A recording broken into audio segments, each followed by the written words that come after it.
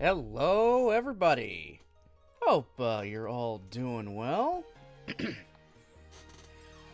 So, if it isn't obvious, we are back with some more Labyrinth of Grisaia today. Continuing on this, I guess, unofficial Grisaia week.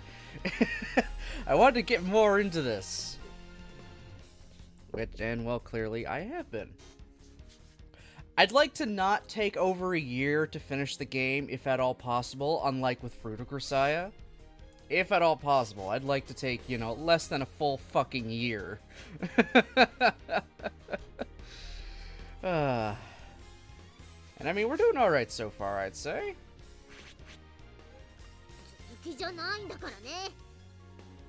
We were like a little over the halfway point, I think, of Yuji's backstory. Thankfully. This having actual, like a percentage of how far you are done, a route, is really, really helpful. It's nice to be able to kind of keep track of that. So, what are we doing here? What do we got here? What happened last time we played through? Well, it was more of Yuji living in the woods with good old, Asako. Still teaching how to shoot. Then one day a bear broke into the cabin.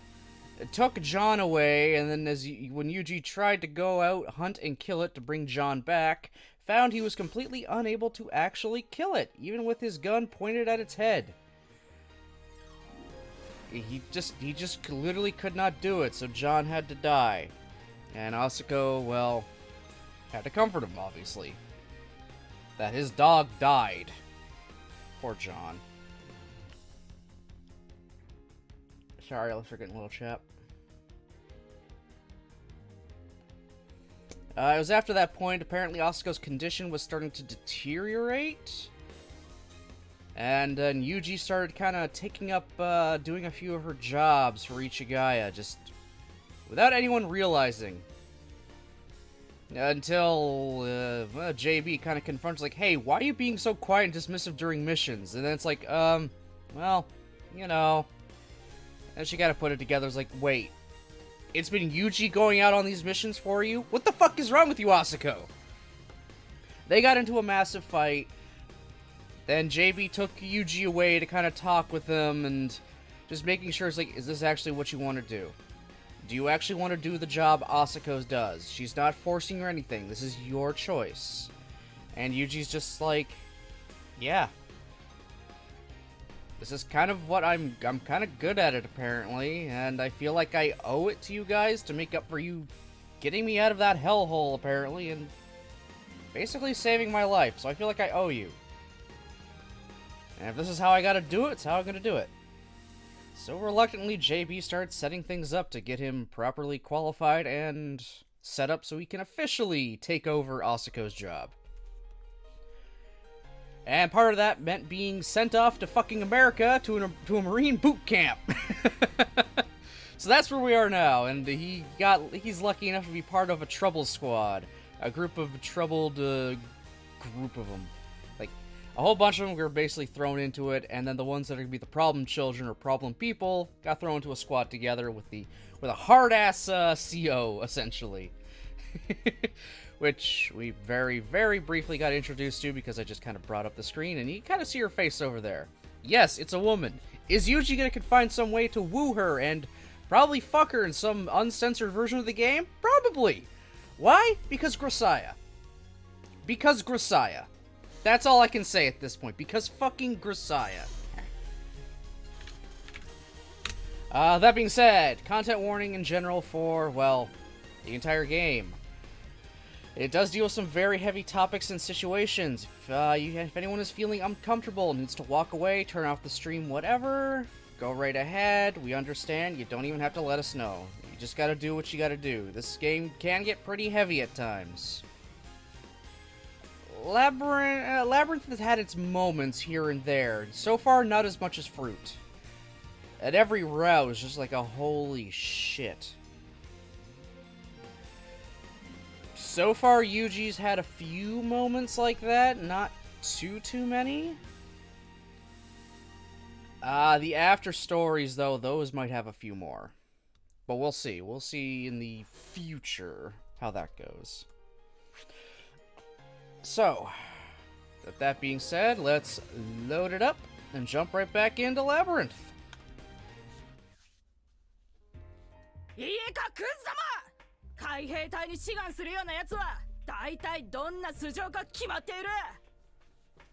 Now there's the one he's got to take command. Got to take command of. Now he's got to listen to her. 農家の次男か三男坊で体は丈夫だが頭は空っぽ。何をやらせてもどんくさい。ロバかラクダのような間抜けばかりだ。俺は違うというやつは手を挙げろ。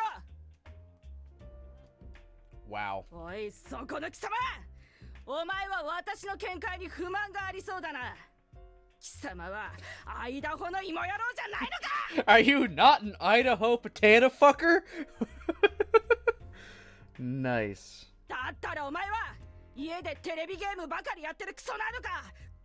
こっそりとママの化粧品で遊んでるところを親父に見つかった間抜けな野郎だ。バカでグズでトンマで飯を食うことだけは一丁目。 Well, didn't expect to get yelled at first thing in the morning, so nice. Nice. そしてお前らは必ず飯に文句をつける。何様のつもりだ、社会のクズめ。 Having suddenly begun to bellow at us, she proceeded to slap the face of a man in the front row for no apparent reason. 顔がムカつくぞ貴様。どうせ言っても貴様のにやけ面は治らんだろう。私が顔を変えてやる。 It was completely insane. The knees of the man she'd slapped were visibly shaking. I don't think he was scared or angry. His brain was probably just rattling around inside his skull.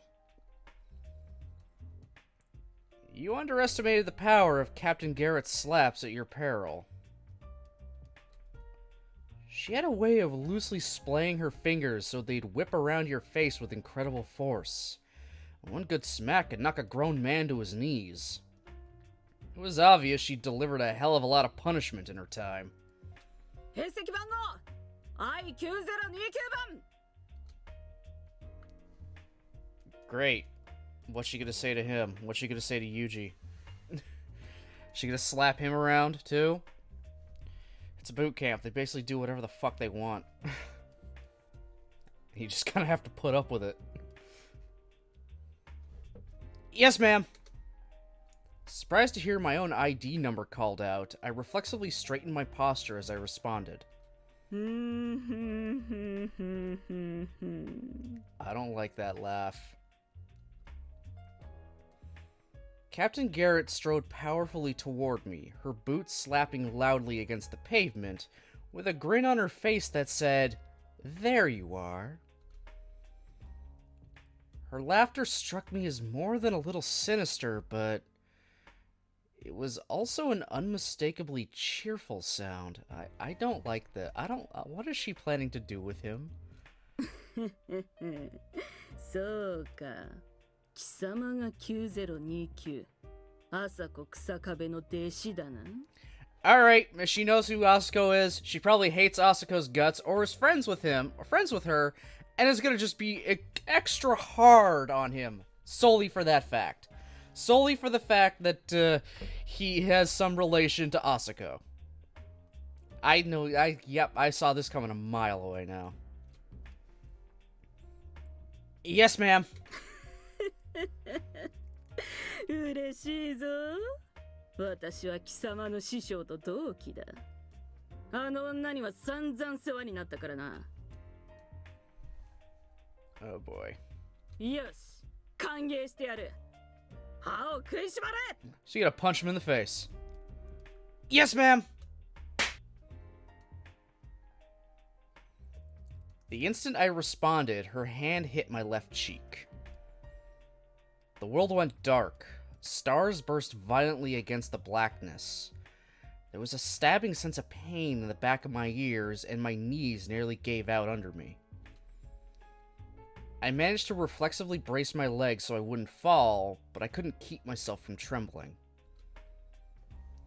As a high-pitched ringing echoed loudly in my ears, I slowly became conscious of a burning sense of heat in my cheek. Only then did my vision finally begin to return. よーし貴様は特別に私が直接可愛がってやる感謝しろ Yep, she could be hard at him solely because he's related to Asako. Oh boy. Sorry about your luck there, Yuji. Yes, ma'am. Everyone else in the squad had standard 5-digit ID numbers. Only I had a special 4-digit number, indicating I was on loan from overseas. I'd figured that might make me stand out a little, and I was resigned to getting some unwanted attention from the other members of my group as a result. That said, I hadn't exactly expected to be the target of a personal grudge, much less one that had nothing to do with me.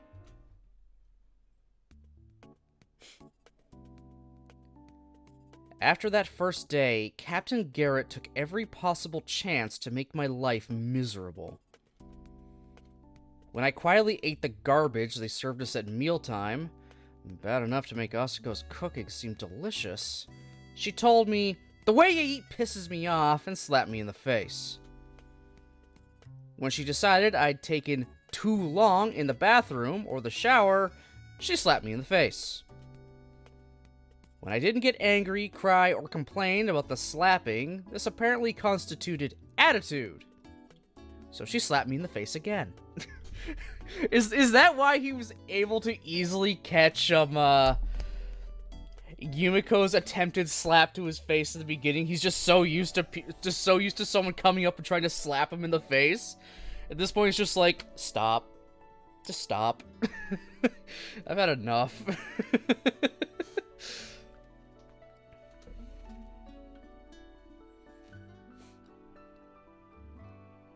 All that slapping might have started to hurt her hand a little.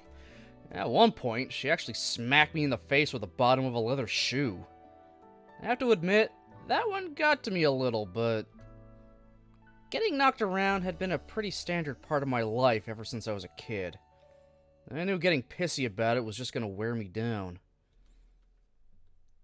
As long as I thought of it as par for the course, it never made me that angry. But the people around me seemed to think I was being punished for nothing. And one night, a few hours after I had received yet another of Captain Garrett's messages to my cheek, I was polishing my boots in our living quarters when things took a turn for the worse. What the hell happened? Oi, Shorty, ひでえ顔だな。また兄に引っ叩かれたのか？今度は何をやった？ She didn't like the way I was mopping the barracks, I guess. Not like she really needs a reason, right? たまらんよな、あの女。何かといえば俺らをクズだのクソだのとこき下ろしやがって。It's boot camp.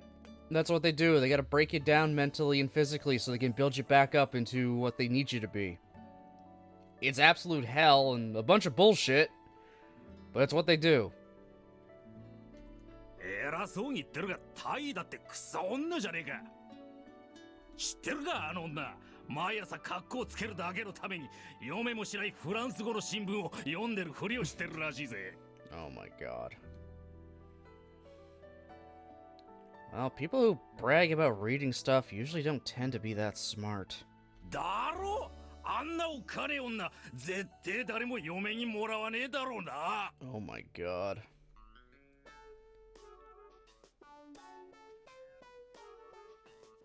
Danny, your life is forfeit.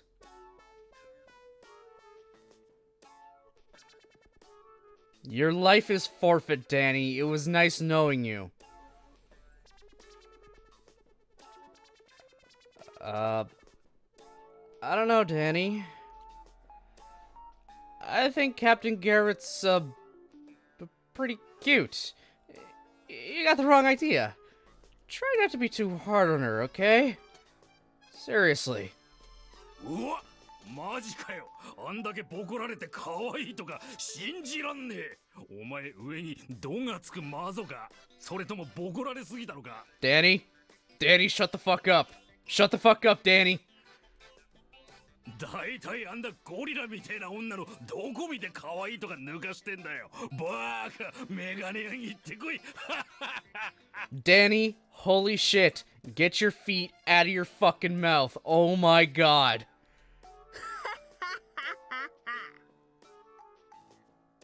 Get fucked, Danny. おい、嘘だろ。マジか。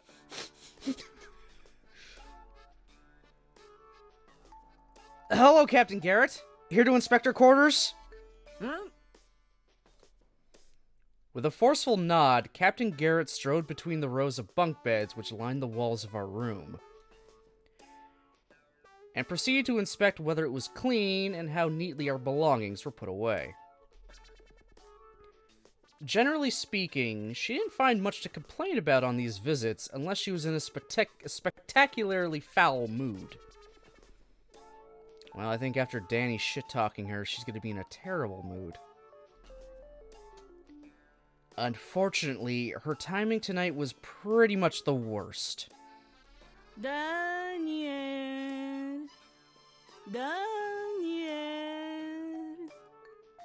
Bye, Danny. It's nice knowing ya. Breaking out her best soprano, Captain Garrett called my partner's name. Yes, Mom. Danny waited at attention for her instructions, cold sweat pouring down his body.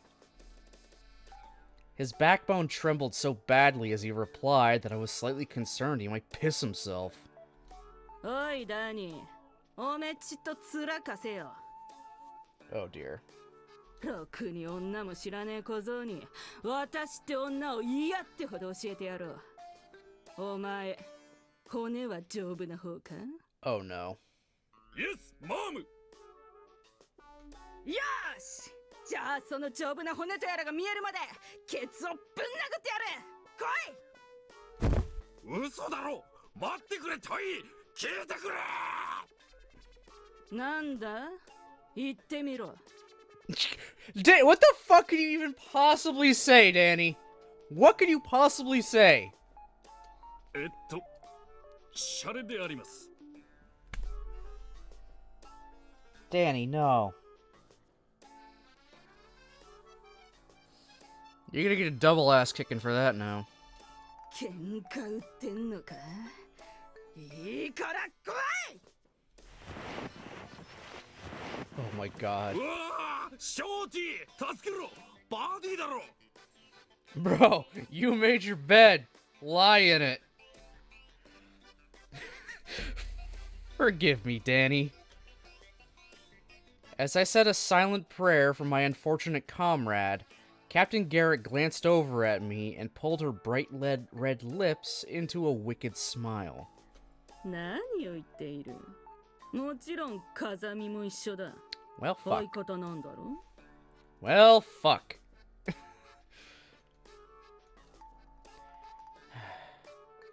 Figured as much. 返事はどうして？ Yes, ma'am. 両腕を前に出し、足を肩幅に開け。気合を入れてやる。 I think I'll admit describing exactly what the two of us subsequently went through had a sensitivity to current internal military circumstances. It's not like she visited any genuinely unspeakable violence on us. If I had to provide a simple explanation, I guess I'd say that Danny and I ended up lying face down in bed that particular night. Nothing that out of the ordinary.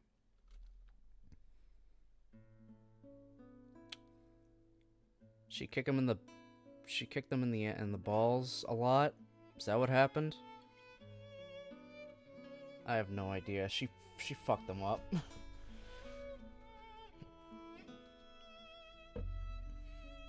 When the instructors finished inspecting our rooms, there was a period before lights out that was informally tolerated as leisure time. Some people went to sleep right away to rest up for the coming day. Some patched up their clothing. Some headed for the smoking area with cigarettes in hand. And others sat around thumbing through car catalogs, talking about their simple dreams with their buddies. There was plenty of variety. Among all this, you'd often see one or two guys writing letters to their families. We were technically permitted to make personal telephone calls, but the only phone available was conveniently located in the officer's room. Of course, that meant the squad leaders would overhear every word of your conversation, and they tended to subject you to aggressive questioning afterwards. Writing letters was the better alternative, comparatively speaking. The contents were inspected, of course, but for the most part, they didn't bother censoring them. Supposedly, a few people even got out messages to their girlfriends by pretending to write about their pet dogs. Lying in bed with my aching ass turned toward... Oh my god, she spanked their asses. Jesus. She spanked them. Kinky.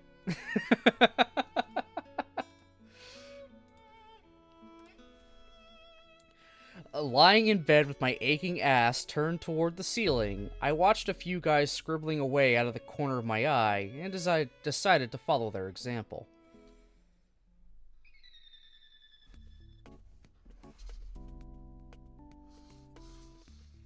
The next day, having finished the vegetable-based rabbit food lunch we were served every Tuesday, I took advantage of the brief break before afternoon lessons began, and headed over to the Post Exchange, our on-site retail store, with my rubber stamp in hand. Retail store might sound impressive, but it was basically just a place where you could buy civilian goods supplied to the military for slightly lower than market prices. The selection was pretty random, and the staff didn't give a damn. In fact, the staff was actually just older students who took shifts behind the counter. Naturally, they weren't the friendliest salesmen in the world. From what I'd heard, a job in the Post Exchange did come with some perks, but since I was only scheduled to be enrolled here for half a year, I probably wasn't going to have a chance to take advantage of that. The store opened at 11 a.m. and closed at 7 p.m., earning it the nickname 7-Eleven from the student. Oh my god. 7-Eleven. Nice. But it was really just a warehouse with a counter in the front, right behind a metal shutter. Barely even worthy of being called a shop. I need a postal envelope. 一つでいいのか? 2, actually. And writing paper as well. なぜ一緒に言わん? 針金を持ってこいと言われて、ニッパーも一緒に持ってこない奴は、軍では出世せんぞ。切ってもいるんだろう。いくつだ? It was pretty much always like this. In the military, the most important thing is learning the ropes. First and foremost, as long as you do what you're told, no one's going to get too mad at you. The tricky part is figuring out how well you can manage for yourself within that restriction. Expanding on that bring some wire example, guys who bring a wire cutter along too get a reputation as competent, but guys who carry the whole toolbox over are stupid jackasses. The exact balance there is surprisingly hard to get down. It's the job of those with more experience to provide lessons about this sort of thing. After enough browbeating, you eventually learn a degree of common sense that will serve you well anywhere you're deployed. In any case, after accepting my stationery, I took the notebook the clerk handed me, jotted down my name on the first empty line, then pressed my rubber stamp down next to it. As privates, we didn't receive paychecks. our wages were temporarily deposited into Uncle Sam's wallet. And it's pretty similar to the way an elementary schooler's New Year's money ends up going into the mommy bank. Whatever the fuck that means. When we needed to buy something from the post exchange, we could use our rubber stamp to access some of that money Uncle Sam was holding onto for us. It was different from the system used in Oslo School, where students were issued tickets that could be used as currency. But in the sense that it restricted what recruits were able to buy, it was pretty much the same thing. A cashless system might sound kinda futuristic, but in practice, it just meant that trade between the students tended to take the form of bartering. For that purpose, cigarettes happened to be particularly useful. There was a set limit on the number of smokes provisioned to new recruits in the school. Everyone got 2 small packs containing 2 cigarettes each at breakfast, and then another 2 at lunchtime. In other words, 8 a day. No more, no less. The world is getting more health conscious and all, so a decent number of people were trying to quit.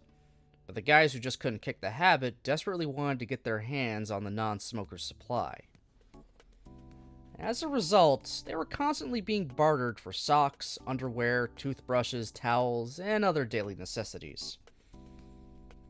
Now, I didn't smoke myself, so I took full advantage of the situation, using my stock of cigarettes to obtain lots of minor conveniences. Alright. Good idea, honestly.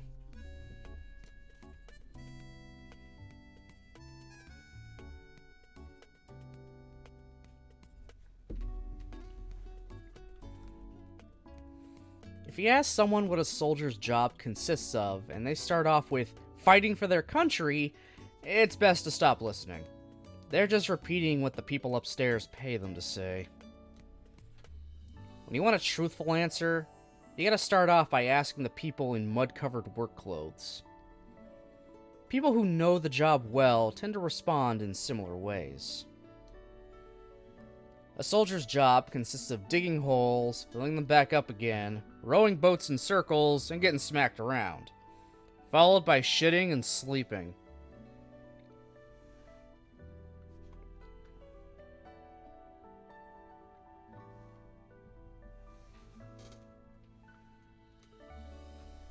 But among all the many wonderful aspects of the military experience, the one almost everyone's going to mention is running. When you're a soldier, sometimes it feels like you never stop running.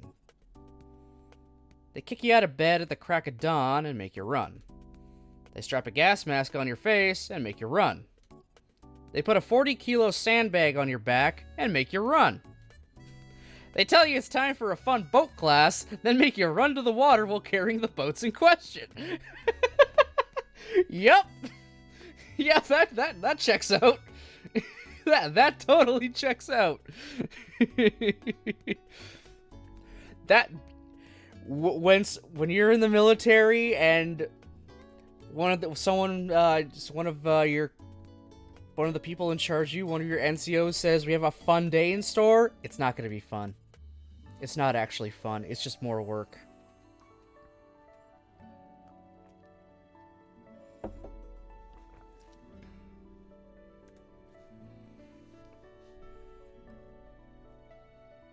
Sorry, just texting my girlfriend real quick about stuff we're doing after stream today. One second. I get the name of place right.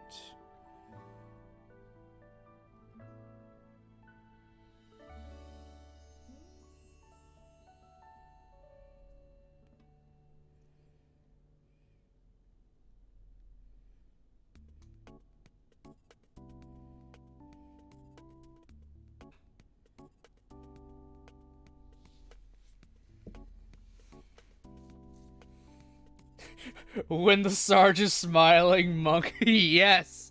Yes! Hey, Gardantar, how you doing, buddy? When they're smiling, you know you're into some deep shit.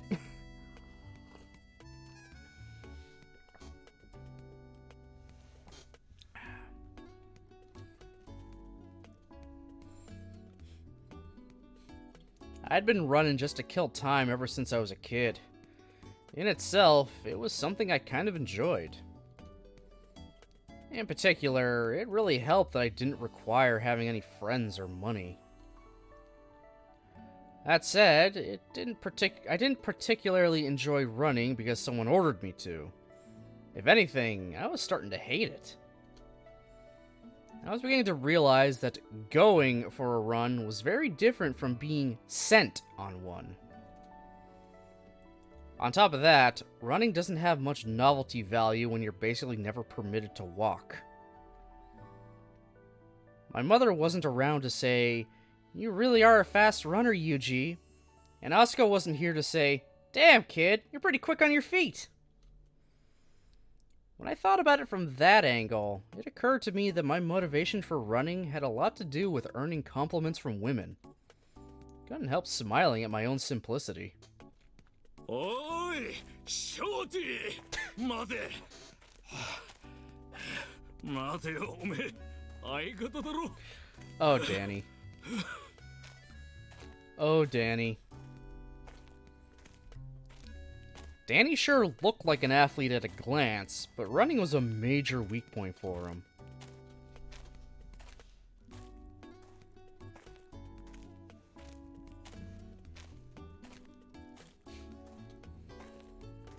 Those stupidly swollen muscles looked impressive, but they increased his overall body weight, intensified the strain on his joints, and consumed way too much oxygen. Useful as they might be for quick bursts of power, they weren't much help when it came to stamina-based aerobic exercise. God, why did I get caught up on that? And just as importantly... Seriously, Danny, quit smoking. It's the reason you get tired so easily. Don't you want to be Navy's #1 Iron Man? 分かっちゃいるんだがお前も一度タバコ吸ってるやつの隣で禁煙キャンディ舐めてみろよバカくせえ Oh, Danny. Asuko had given me a nice lecture on how crucial cigarettes and coffee were to a soldier's lifestyle. But the way I saw it, smoking came with 100 drawbacks and no advantages, and my personal list of military essentials was topped instead by socks. In fact, a pair I'd obtained through bartering away my cigarettes were paying huge dividends at this very moment. When soldiers run in uniform, they're always wearing combat boots on their feet, and those things absolutely aren't designed for the job. The jungle boots we were issued here hadn't changed much since the Vietnam era. They zipped up from the side now, but that was about it in terms of improvements. I spent a lot of time running around the mountain where I'd lived with Asuko in jungle boots just like these ones. It's not too bad when there's earth beneath your feet, but running on asphalt in these things was pure torture. The soles don't absorb any shock whatsoever, so every stride makes your joints scream. By the time you've run 3 kilometers or so, your toes are covered in blisters. Yep. I always got blisters on my feet when I had to wear those things. Just for summer camp. Literally for like 3 weeks. 2 to 3 weeks, that's it. Wearing those things, blister city were my feet. And then the one time I had to wear them for 9 weeks because I was staff, oh fuck. Oh, my one foot was so bad. Like, so bad. That shit made me quit. More because of the joints, though. Yeah. Yeah, ugh. Yeah, those boots suck ass.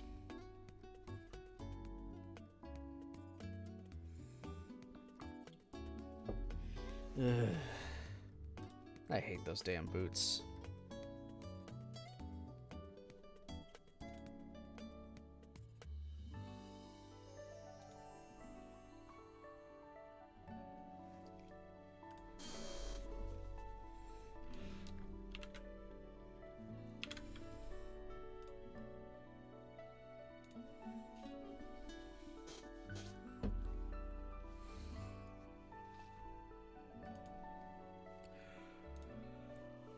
Like, I cannot bear the thought of putting on those things again. Yeah, no, I definitely can't. Hell no. The most I would do is if I'm dressing up just for fun. But I'm not running in them. I'm not wearing them for over 8 hours. Fuck no, fuck that. They're cool for a costume, that's about it.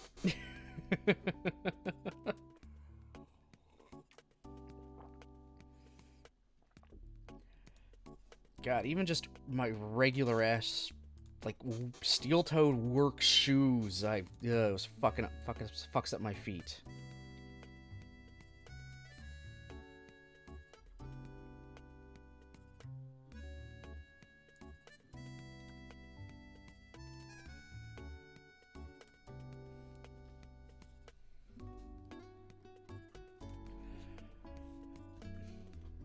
Okay. The friction peels the skin right off the area above your ankle and below your Achilles tendon. Accordingly, the very first things I bought at the post exchange after arriving here were gel insoles designed for athletes, and thick socks made for mountain climbers. This was the reason I deliberately requested boots larger than my actual foot size on the first day. Apart from slipping in the insoles for cushioning, I wore 2 layers of socks with a standard issue pair underneath the thick civilian ones. The trick was to completely cover my feet in baby powder before putting the socks on. After that, I just had to make sure I tied my boots tightly, practically gluing them to my legs. The difference between people who can run and people who just can't has nothing to do with determination or guts. It's all about their feet. If you hurt your feet so badly that you can't even walk, on the battlefield, you're as good as dead. When running's part of your job description, you better have the tools you need to do it properly. Even if it means trading in your cigarettes to get them. Once again, Asuko's advice about relying on good equipment had paid off for me. One way or the other, I had managed to get about halfway through my period of instruction, which had so far consisted mostly of people bellowing at me and knocking me around. At this point, our school began to pit its low-life punks and worthless nerds against each other in a series of sports day-style events. The term might make you imagine something leisurely and recreational, but naturally, that wasn't the case here. It was basically a competitive tournament where all of the squads were expected to demonstrate the results of their training so far. As for the events, they started off with the fundamentals, running, followed by swimming. Later on, there'd be rowing and marksmanship as well. I did have some confidence in my running, but our results were determined by the average time of the squad as a whole. Even if I'd taken first place, we'd still would have been near the bottom of the rankings. God damn, your group sucks ass. Back when the squad assignments were being made, the instructors had apparently struggled bitterly to get their hands on the more physically fit students with an eye towards succeeding in these contests. Squad leaders who produced good results could apparently earn a reputation for leadership qualities, improving the amount of attention they received from the people upstairs. But of course, Squad 7 was pretty much a dumping ground for the worst of the worst. It would have been stupid to expect anything from us in the first place. Unsurprisingly, we took home the honor of overall last place in the first event. Yeah, a lot of the shoes are not wide enough in the front for me. Yeah, I got kind of a wide foot, too. I got a bit of a wide foot.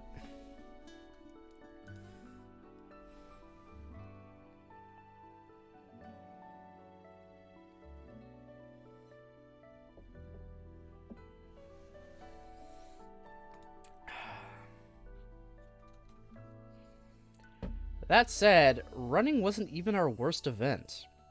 We had some faster people and some slower ones, but at least there wasn't anyone who couldn't run at all. Swimming was a different story. Our group of delinquents came from all across the USA. Some were sons of fishermen raised on the coast, but others hadn't even seen the ocean before coming here. And sadly enough, my trusted partner, Daniel Bone, the self-proclaimed Mr. Marine Corps, was so laden down by his own muscular body that even floating proved somewhat of a challenge for him. It was genuinely painful to behold. In terms of sheer absurdity, a Marine who can't swim has to be up there with a teetotaler running a liquor store.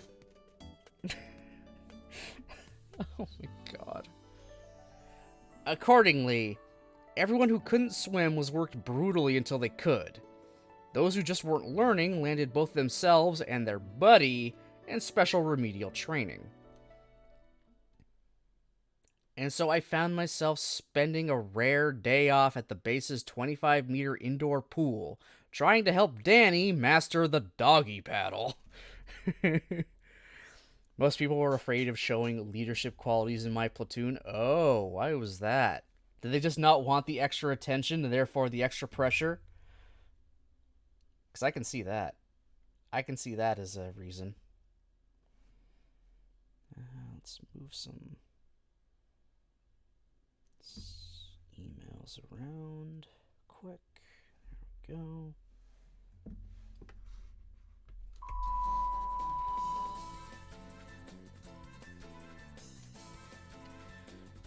Danny! Danny! Can you hear me, Daniel Bone? Get it together! You call yourself a Marine? Don't sink! Swim, damn it!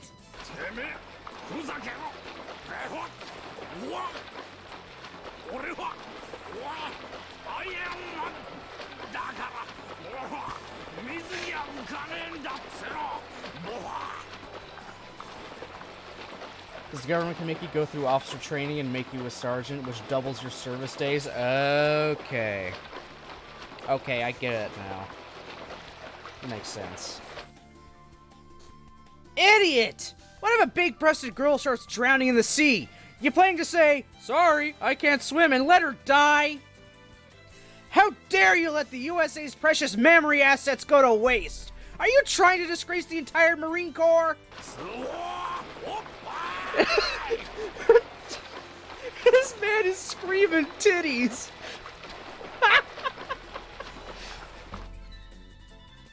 That's the way, Danny. Keep it up. The giant titties are just a little further ahead. Go mash your face into them.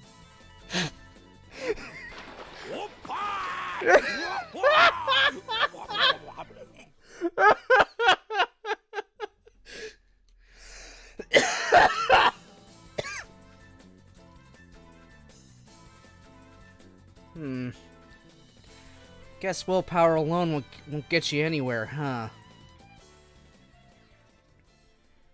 Just as the sun sank into the sea at twilight, Danny slid slowly down into the pool. The bubbles that rose from the pool's surface in his wake produced a gentle burbling. Struck by a vaguely nostalgic sense of melancholy, I gently lowered my megaphone to the tiled floor. また貴様らが再会か。いい加減にしろ。何度私に恥をかかせれば気が済むのだ貴様らは。毎年毎年クズばかりが集まる第7班だが、今年のセブンチームは史上最悪だ。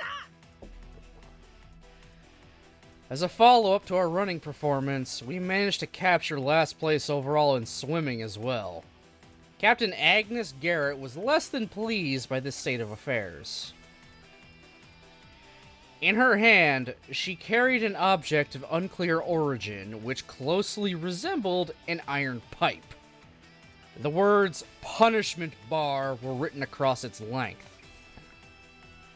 She emphasized her points by periodically slamming this thing against the walls and floor. It was legitimately terrifying. Were this gorilla woman to take a good swing at our rear ends with that thing, I was fairly sure our ass cheeks would have landed right in the middle of the fairway. Damn. That night, as it happens, everyone in Squad 7 was obliged to sleep face down with a bag of ice on their ass.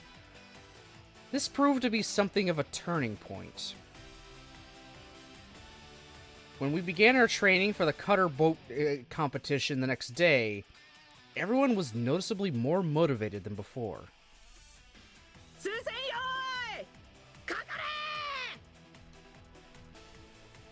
Rowing a single cutter boat involves 14 people. 6 rowers, each on the left and the right, a coxswain controlling the rudder, and a fife player to set the tempo. Captain Garrett perched ebulliently?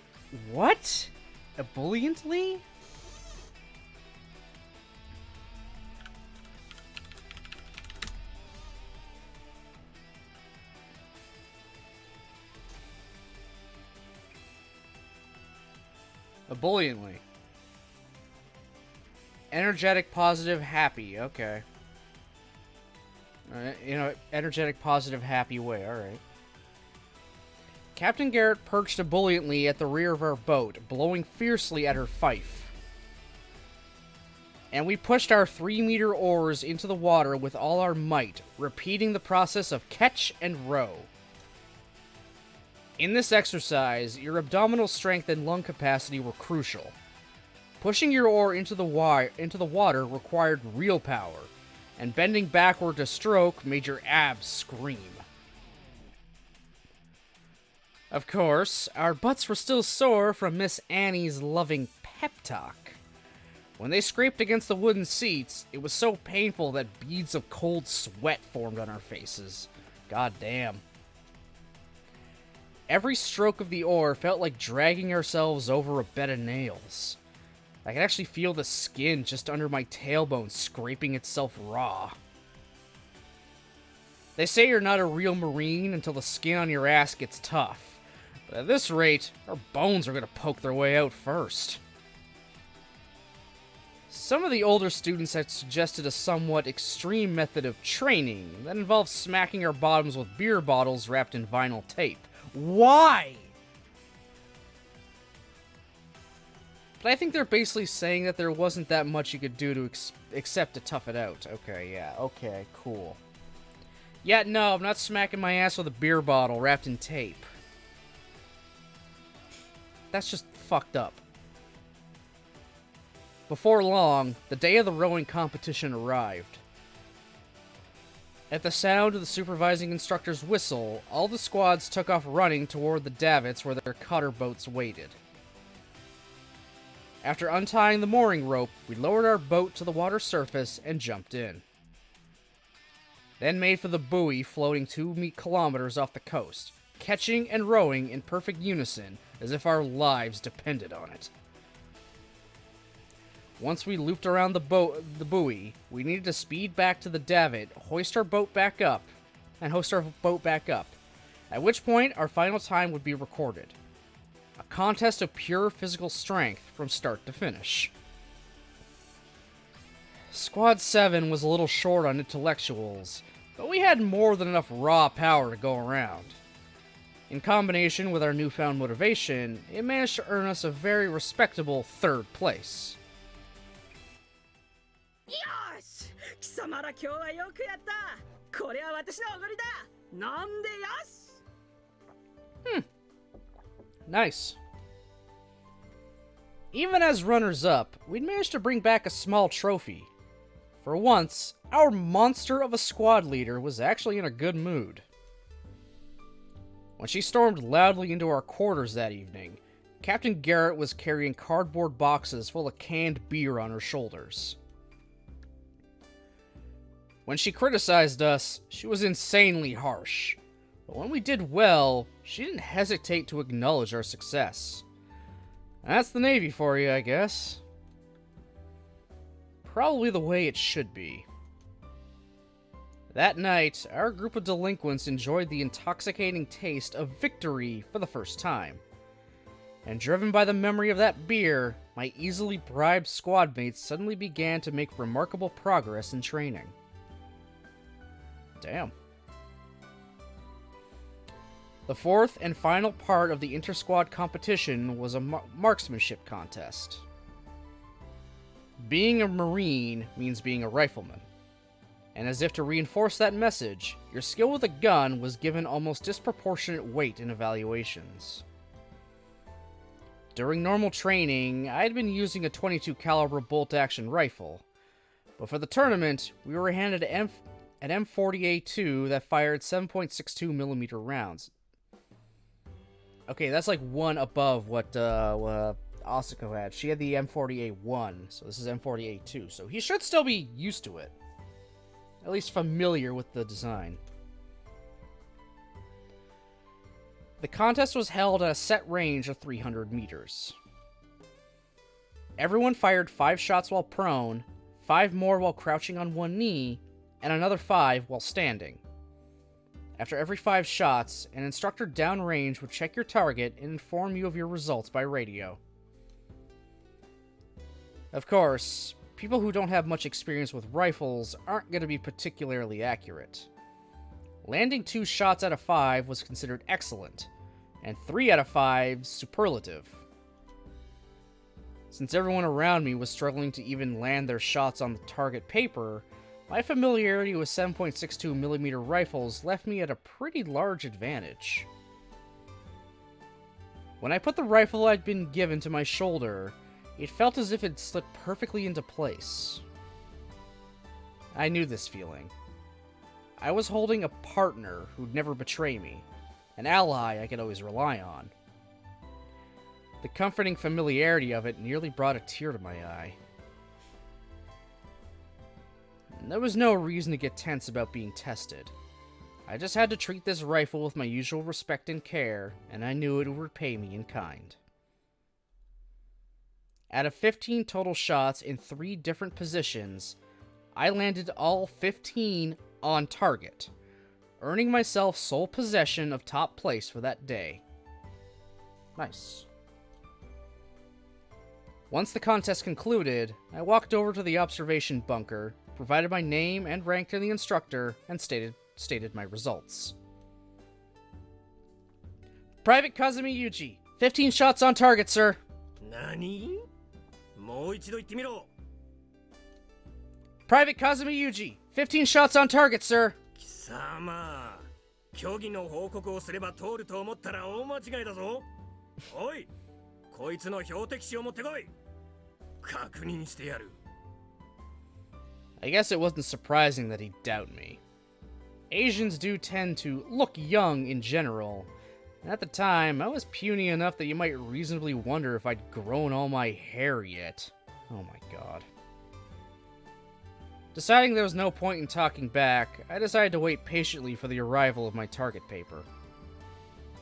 But just then, Captain Agnes Garrett appeared at my side, languidly leaning down with one elbow against the bunker. ああ、そいつはいいんだよ。スペシャルなんだ。スペシャルでありますか。そいつの資料の兵籍番号を見てみな。4桁だ。兵籍番号 I9029 市ヶ谷徴兵特殊任務工作員90295。赤坂からの預かり兵とはこいつですか。 We were told we'd have to name our rifles the first time we would have to sleep without our sleeping bags. This is your rifle. There are many like it, but this one is yours.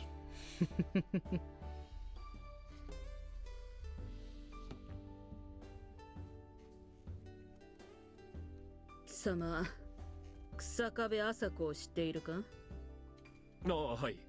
資料で読んだのみですが、海兵最強の狙撃兵だと認識しております。Well, this is her protege. こいつはその麻子の弟子だ。ライフルの腕も妙にちょろこいところも嫌になるほど師匠にそっくりだ。ムカつくやつだぜ。面白くもね。I'm... One second.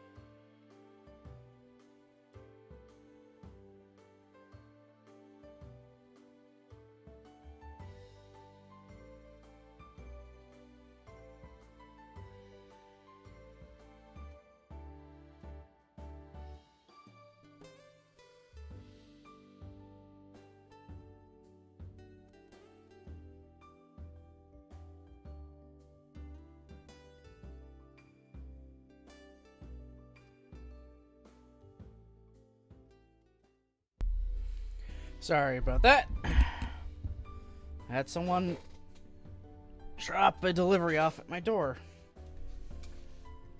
So I just took a quick bathroom break too at the same time.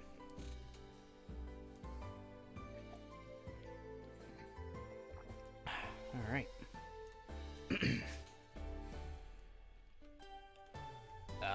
I am technically a member of your squad, you know? Shouldn't you be saying good job out there and giving me a kiss or something? Well, not that I really want you to, if I'm being perfectly honest here. In any case, having earned the overall top ranking in marksmanship, I was able to take the biggest trophy back to my squad. And surprisingly enough, it turned out that the second place runner-up also belonged to Squad 7. On the strength of that 1-2 finish, our team ended up as the overall winner for the day, giving us an even sweeter taste of the liquor known as victory. But as it turned out, all of this had some unexpected repercussions. In recognition of my individual victory in the marksmanship competition, I was awarded with a small badge that signified my achievement. It was something like a simple medal, pinned to my otherwise empty lapel by the base commander himself. Of course, it would have been annoying to take the thing off every time I needed to do laundry, so I didn't usually wear it. In fact, I pretty much just tossed it in my locker and forgot about it. This disrespectful treatment of my Medal of Honor apparently didn't go over so well with some people.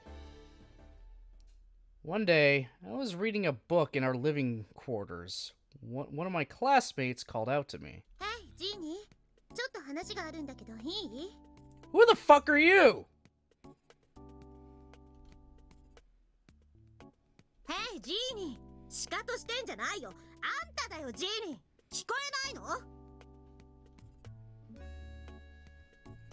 Hey, Jeannie! Not sure who you are, but someone here's for you. あんたに言ってんだよ。あんた。What? Me? あんたでしょ? この前の射撃大会でトップだった KZ って日本人。KZ? Oh, I guess that's coming from Kazumi somehow. KZ ユージェニーだからジーニーでいいよな。KZ Eugenie? Oh my god.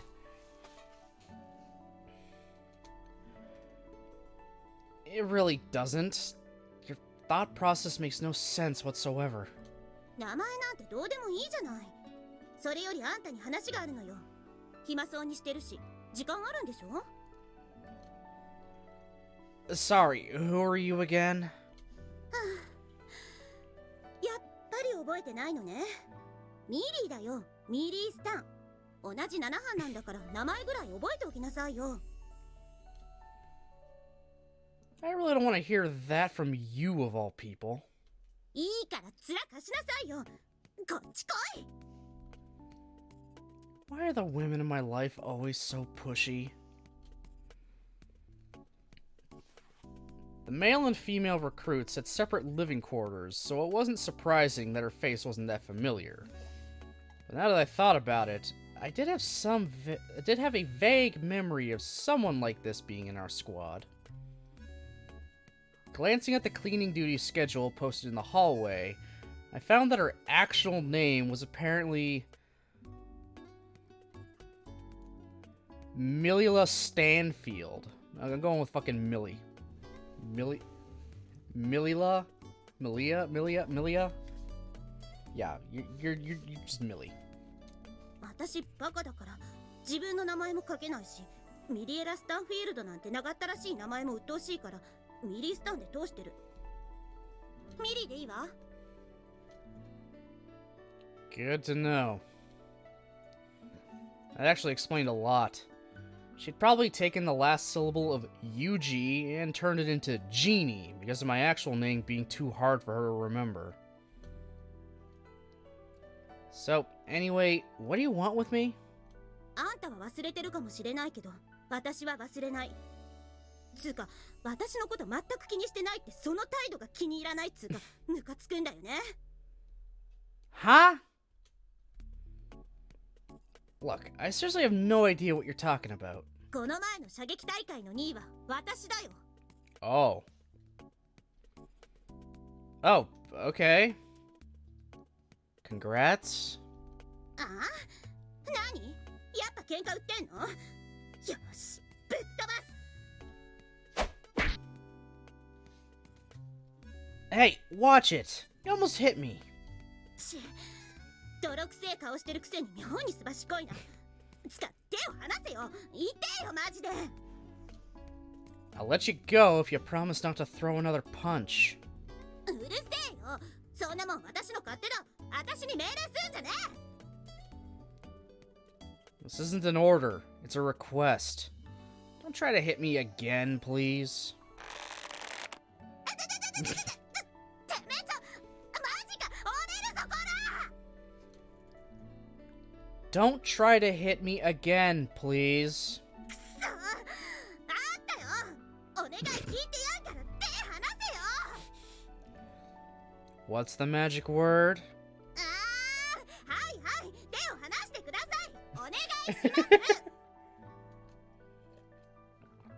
Well, since you asked so nicely. くそ。なんなんだよあんた。 Kazumi Yuji, soldier by profession. 知ってるよんな子だ。 Now don't ask, stupid. くそムカつく。わかるか？私は今心底あんたにムカついてる。それこそ今この場であんたをぶっ殺して私も死んでもいいと思ってるくらいだ。 Why would you kill yourself? I'm confused. This is completely insane. Look, what exactly did you want with me again? I'm halfway through a book I was reading. If you're gonna kill me, then wait till I'm finished, alright? あーくそ。あームカつく。She's got the Michiru reactions. I love it. God, you're noisy. If all that's all you if all that's all you wanted to say, I'm going back to my room now. こら待てジーニー。私と勝負しろ。 Here goes. あんた今なんで殴った？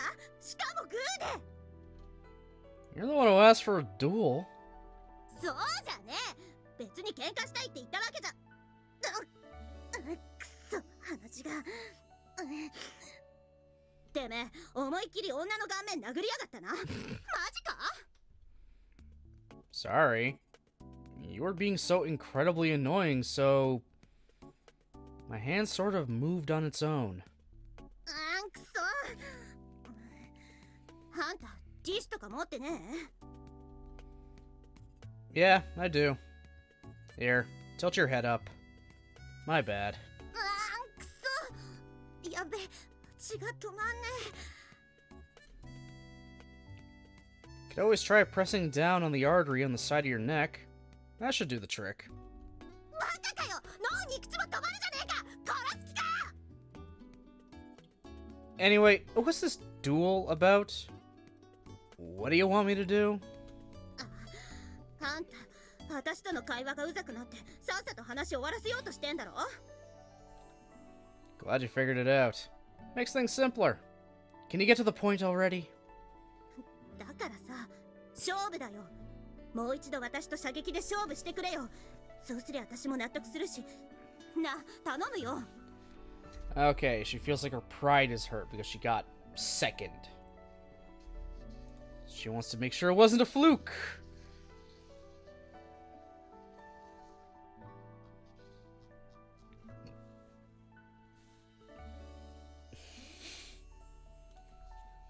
Where are we here? Yep. You do realize I have no reason to agree, right? わかってるよ。それでも私は射撃だけは自信があったんだ。頭も悪いし力もないけど射撃だけは誰にも負けないって思ってたんだ。私の成績は13点。あんたが出てくるまでトップの成績だったのに、あんたがひょっこりやってきて満点を出しやがったって言うんだから、こんなにムカつく話はね。トップの成績でバッジまでもらってよ。それを自慢げにしてるならまだしも、こんなもんに価値なんかねえと言わんばかりに雑に扱いやがって。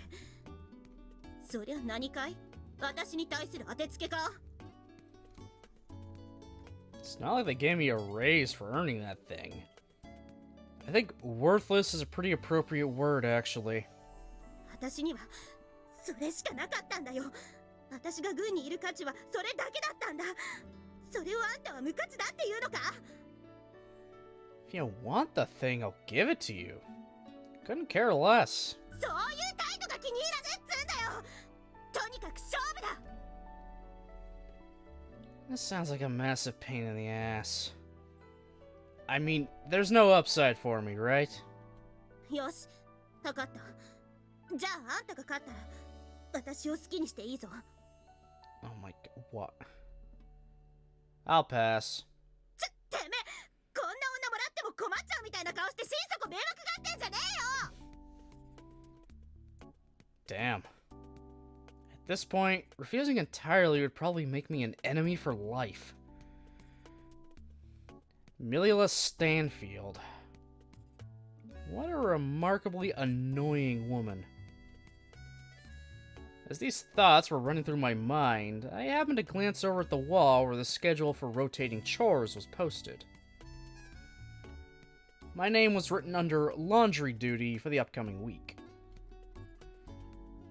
Hey, Milila. なんだよ。つかミリーでいいって言ってんじゃんかよ。 If I win, will you take over my laundry shift next week?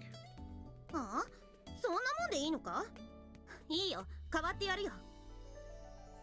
Appreciate it. それは私に勝ってから言うセリフだろ。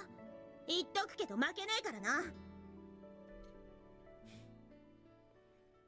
A long time ago, there was apparently a saying in the military that dopes make the best snipers.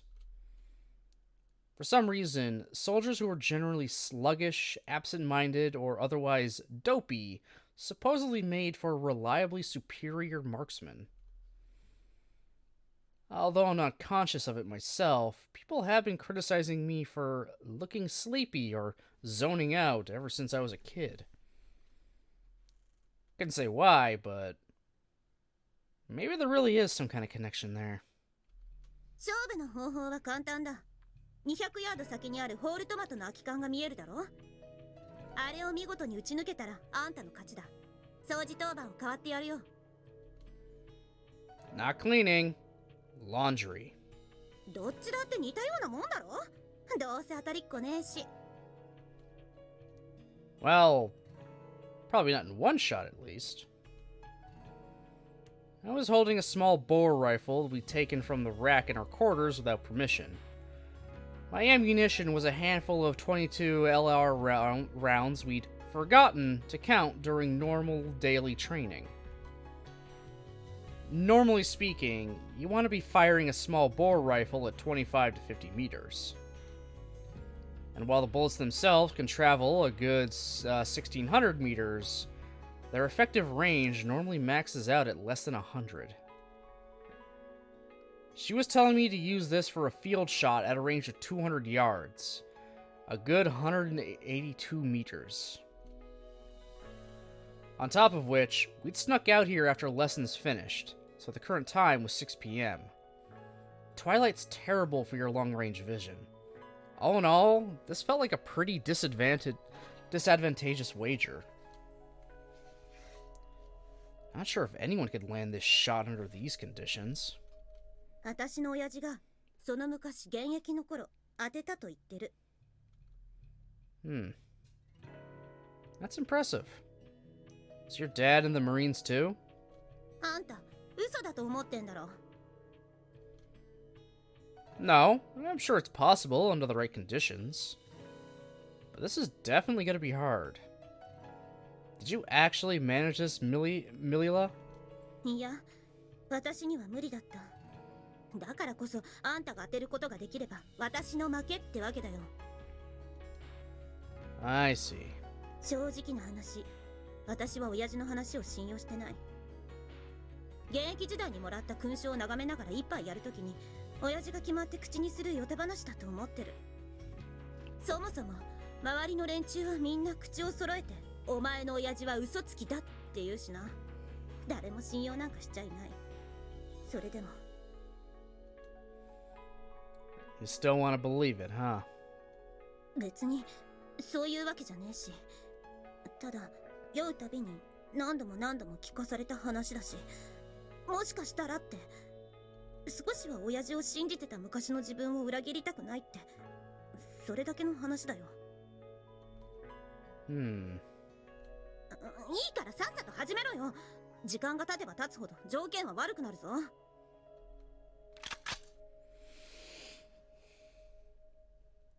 How many tries do I get? 弾は6発しかない。 Give me 3 chances then. We'll call it my loss if I can't hit it by the 3rd shot. ああ、そういやあんたが負けた時のペナルティを考えてなかったな。 Alright. If I lose, how about I let you give me oral? What the fuck?!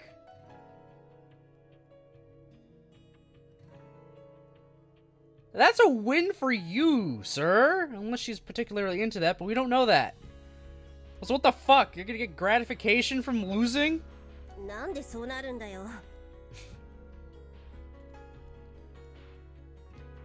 Well, you started things off by offering me your body, didn't you? I was just returning the favor. あのさ、男と女じゃ体をかけることの意味違ってこないか？ What? I'm not good enough for you? No problem. I'm sure my buddy Danny would. だからさ、なんでお前は下半身基準で物を考えるんだよ。 Comes with being in the Marines, I guess. いきなり撃つなよ。 I've been in firing position for a good while now, you know? だからってあんたずっとぐちゃぐちゃ喋ってたじゃないか。喋りながらいきなり撃つとか思わねえじゃんか。 Missed, huh? 当たり前だろ。な、適当に撃って当たるなら誰も苦労なんかしねえっつうの。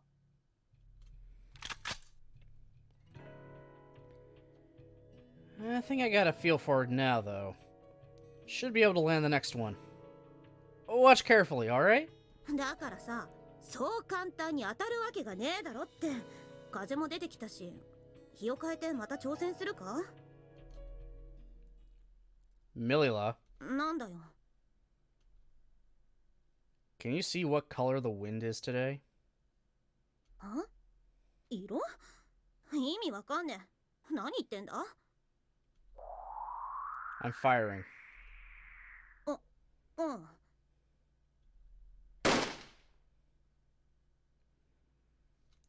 The lightweight bullet burst out of my rifle's barrel, following the exact trajectory I had mentally pictured a moment before.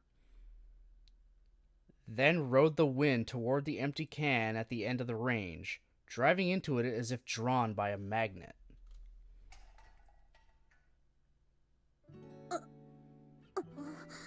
Motherfucker did it. Wow, would you look at that? This gun's not so bad once you get used to it. おい、嘘だろ？まだ2発目だぞ。 I said 3 would be enough, didn't I? マジかよ。あんたどんな手品使ったんだよ。 No tricks involved. I'm just that good, Milila. Understand now? おい、ジーニー。あんたの名前のジーニーってのはジーニアスのことだったのか？ Yeah, I'm a genius. I keep telling people that, and then I work my ass off so I don't look like a delusional idiot. You just saw the results of that. This world's one big garbage heap, and the only thing you can rely on is yourself. I believe in my talent and my hard work, and that gets me results. But in your case, maybe it wouldn't hurt to try believing in your old man's drunken stories. 何ちょっとかっこいいこと言ってんだよ。やめろよ。折れちまうだろ。Not intentionally, but he's gonna have every fucking woman he runs into fall in love with him, because that's Yuji, apparently.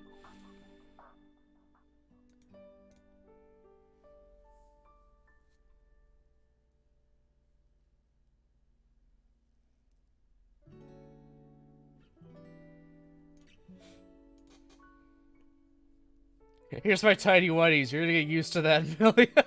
Hey, Nick, how's it going?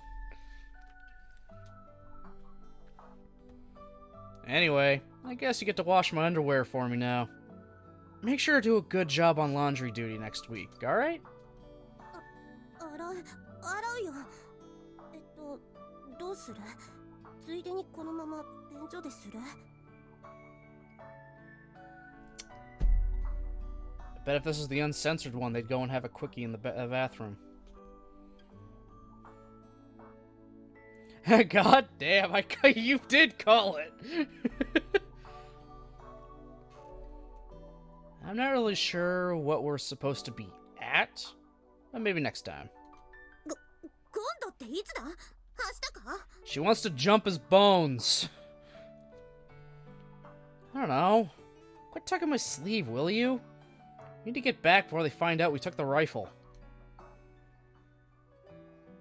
Predictably enough, Captain Garrett discovered our unauthorized appropriation of the rifle that very night. And Milila and I were ordered to scrub the latrines until convinced that shit smelled like daisies. Of course. Alright, back in the present. Well, I guess that more or less covers the first term. After that came 2 months in Quantico, Virginia, then the final exam, and my posting to an actual platoon in the field. A lot of that stuff's still classified, so I wasn't sure how much detail to provide on paper. 資料とミッションログはこちらに残っているから、概要だけわかればいいのよ。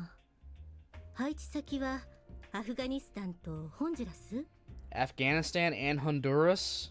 Oh, God. Yeah. Both times, we were reinforcements dropped into losing battles. First a desert, then a jungle. Not exactly my fondest memories, that's for sure. Oh my God, we're still going. Yo, Shouty! どうした？元気か？また同じ船だな。よろしく頼むぜ、相棒。We're セーブしないんだからね。still here with Danny, huh? シナリオ進行度の確認 We're しないんだからね。We're 2/3 of the way through Yuji's story. We're nearly there, guys. We're nearly done.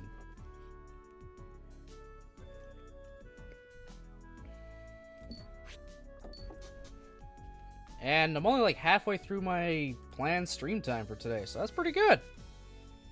It's definitely pretty good.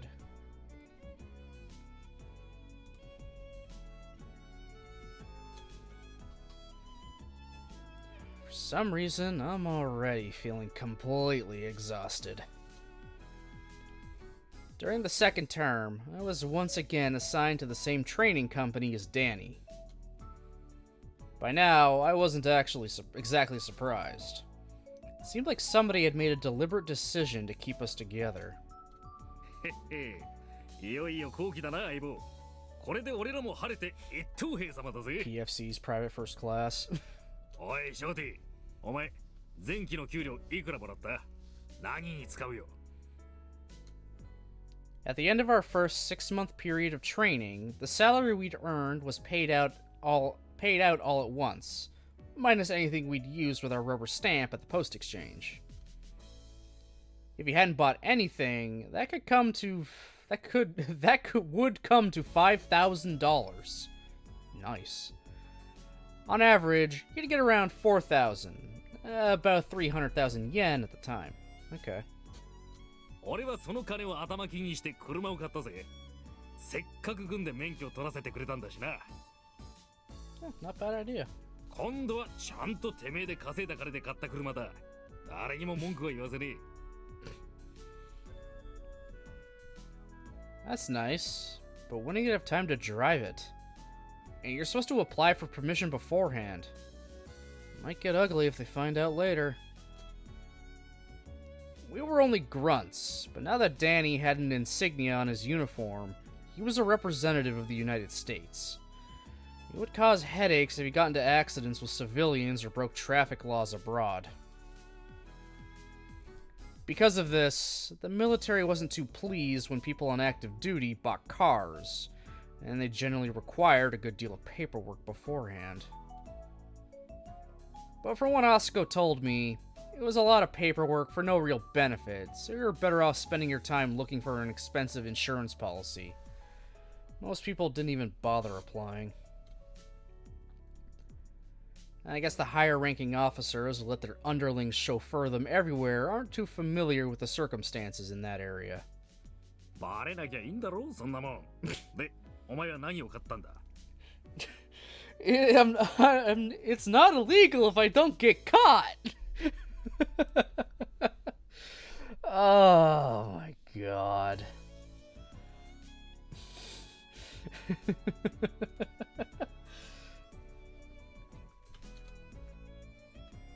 I bought a woman's watch, actually. Huh?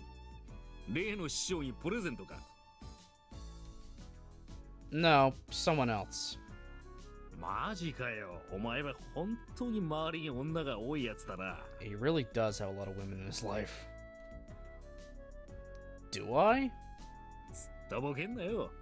お前、ミリーともやったんだろ。Of course, later he fucked Millie. I figured that much. No, I didn't. 噂じゃギャレット大尉とも寝たって聞いてるぜ。I'm sure if I had the uncensored version of the game, there would have been a sex scene with Millie and Garrett. Why? Because everyone wants to ride the Kazumi cock, apparently.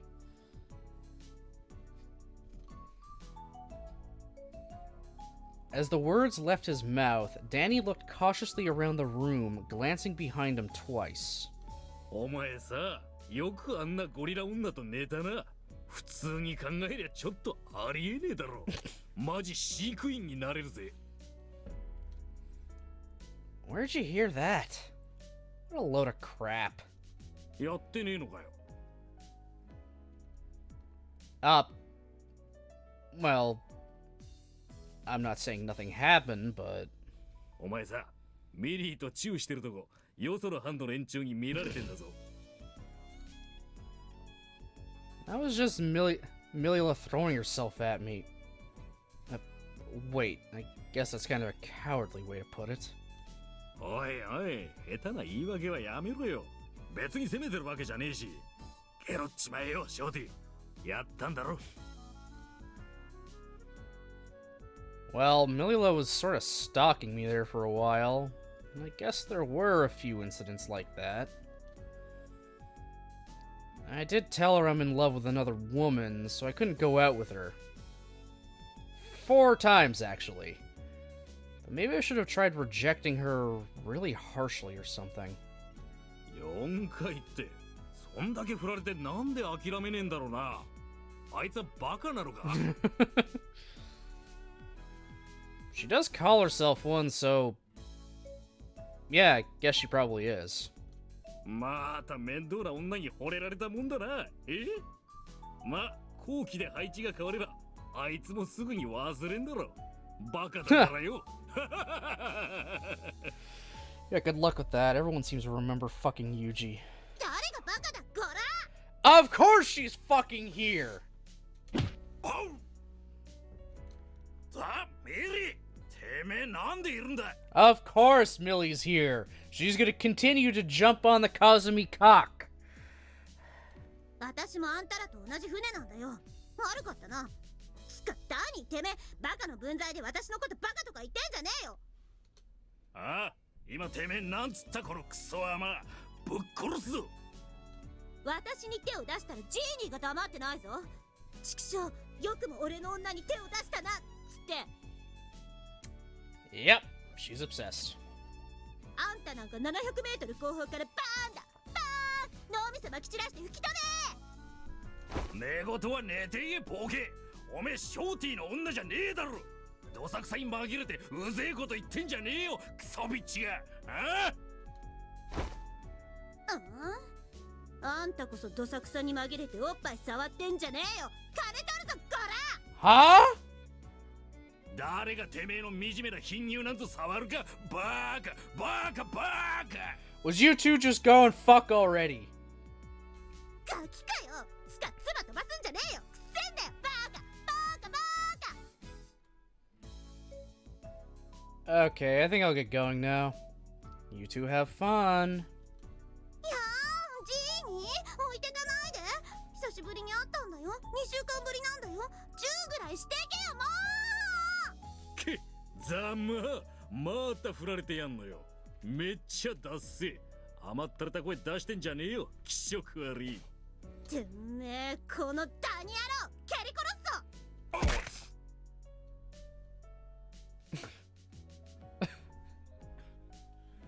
Oh my god.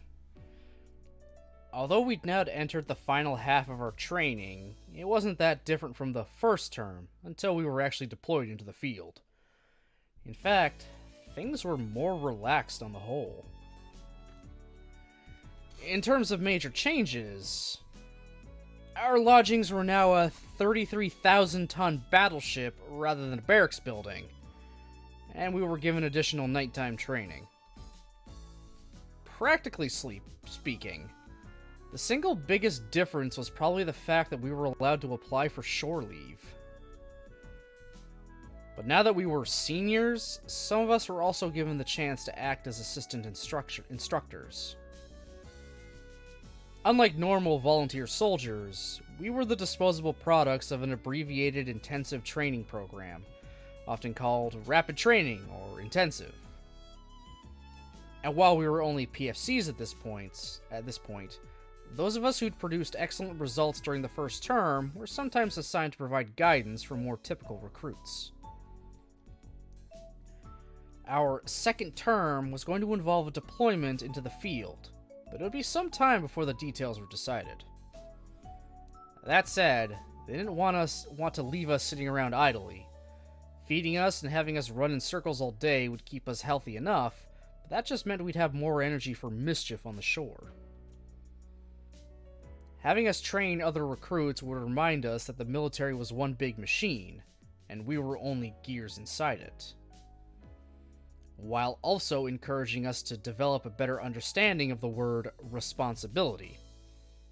That was probably their logic, at least. Yes, 100%.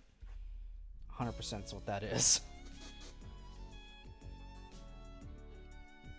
In any case, since I'd carelessly taken top place in marksmanship at the end of term examinations, I was promptly handed a slip of paper and shipped right back to San Diego.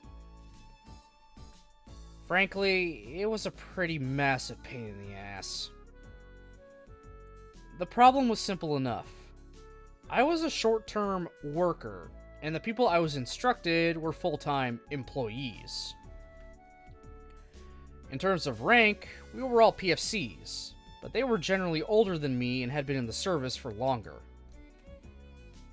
Given my disadvantage in both age and experience, I felt like a pimple-faced part-timer trying to teach salary university graduates how to work a cash register. Honestly, I never had any idea how to approach the lessons I was supposed to be giving. This was the sort of thing that could cause you a lot of problems, not just in training, but in the field as well. After all, we were dealing with full-fledged employees. There was a chance some of them would shoot up the ranks and end up giving us orders.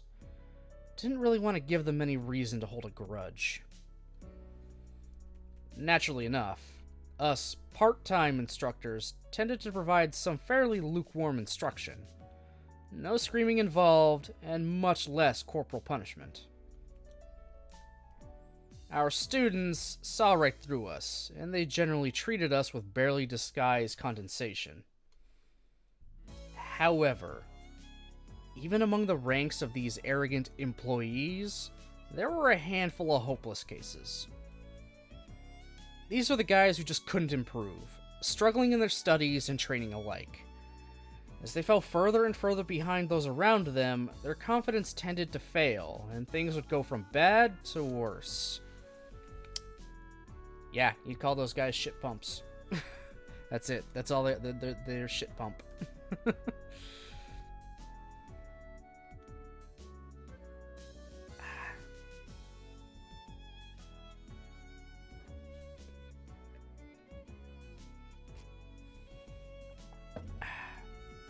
was the last of my tea there.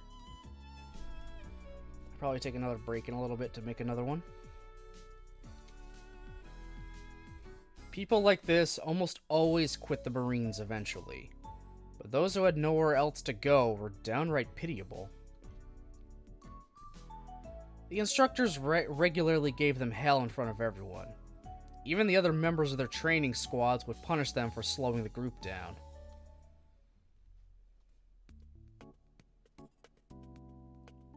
Oh, good fuck.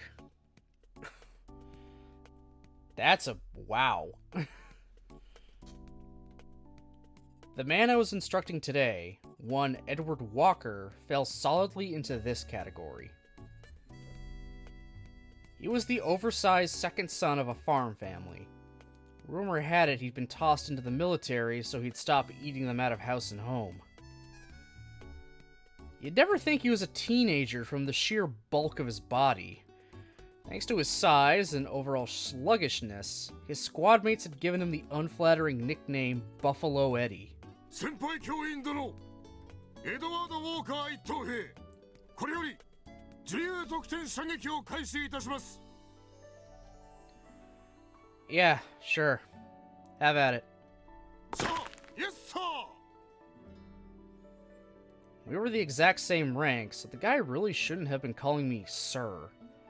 A hot-tempered instructor probably would have assumed he was being sarcastic and given him an educational smack to the face.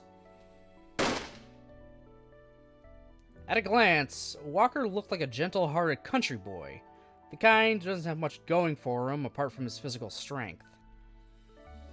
That said, I had a bit of a soft spot for this particular buffalo of a man. He wasn't the talkative sort. In fact, he was downright taciturn. But from what I'd seen in his file, his father had died from an illness, and his mother had been struggling to manage the family farm on her own. There was an additional note that the stress had recently caused his mother to fall into poor health. Eddie did have an older brother who apparently worked in banking, but the man was divorced and had significant child support obligations, so he couldn't provide much help. Accordingly, Walker had signed up for the Navy, hoping that his physical health would compensate for his stupidity. Not really that unusual a story. Normally, I might have muttered, that's rough, and forgotten all about it by the time I finished picking my nose. However, Edward Walker was actually somewhat famous among the instructors. He was known for his remarkably terrible results, of course, but they also said he'd never used his rubber stamp at the post exchange after entering the Navy. Not even once. I can see why. He's saving all the money he's getting from this so he can send it all back to his mom. He wants to send it all back to his mom so she can stop worrying about their struggling farm. So he's trying not to spend anything if he can help it.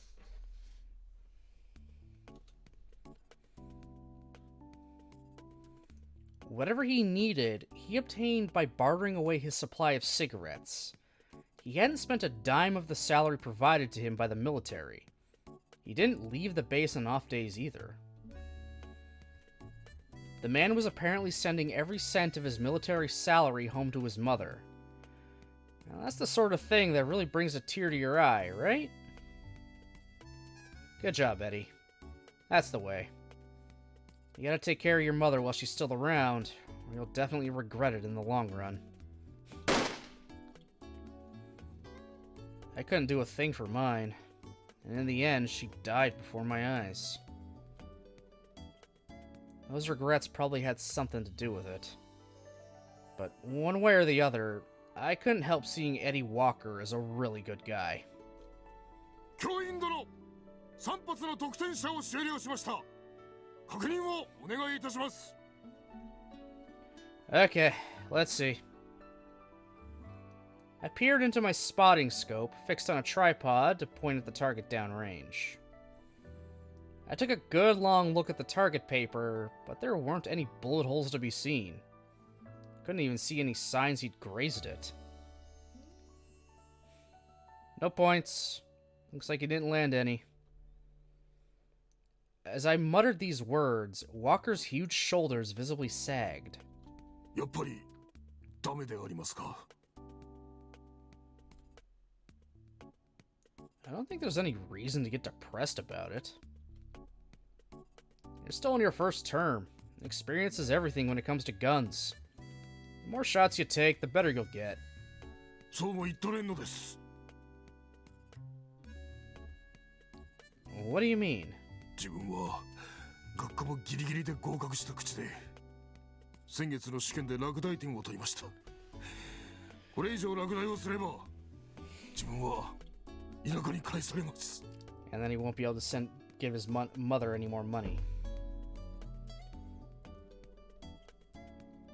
That's probably not true. As a general rule, militaries are easy to join, but hard to leave. Once you're in, they're not gonna fire you at the drop of a hat. That said, failure in training has a huge effect on your career prospects. Old classmates will move up quickly through the ranks, jumping to NCO or even staff NCO. But if you failed early on, you'll usually languish lower on the totem pole. Eventually, you'll find yourself being outstriped by people who enlisted years later than you. There's a few things more humiliating than working under an officer who you bossed around when they were still a fresh recruit. 自分は今日のこの補習で合格点を取らなければまた落第であります。 I feel for this. I actually feel for Eddie. We barely know much. We don't know that much about him, but I feel for him. He's just trying to do right by his mom. He's trying to do right. Send her money. Help take care of her. He's a good guy at heart.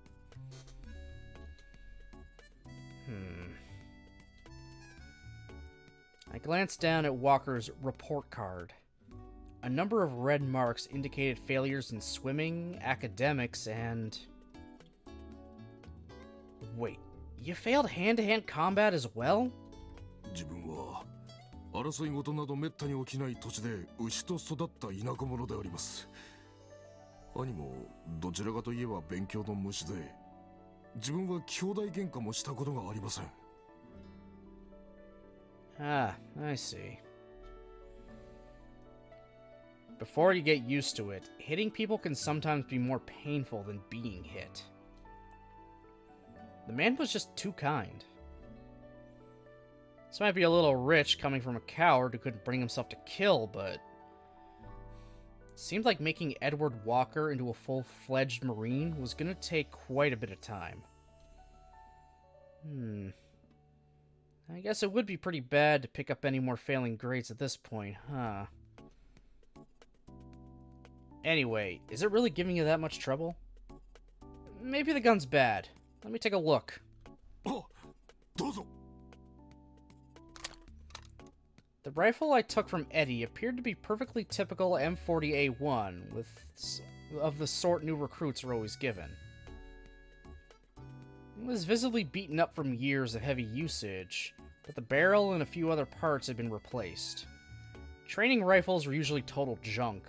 Relatively speaking, this one seems solid enough. Oh, let's get... Hey, Brosard, how's it going?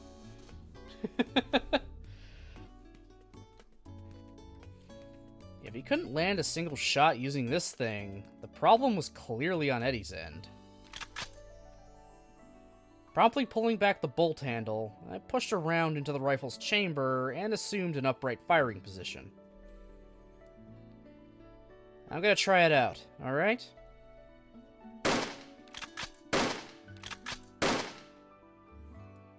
Gun itself wasn't half bad. No real quirks or peculiarities. and you could tell it had been thoroughly trained by generations of riflemen. There weren't any unpleasant catches in the action, and the bullets flew to the target with satisfying accuracy. It was a genuinely refreshing feeling.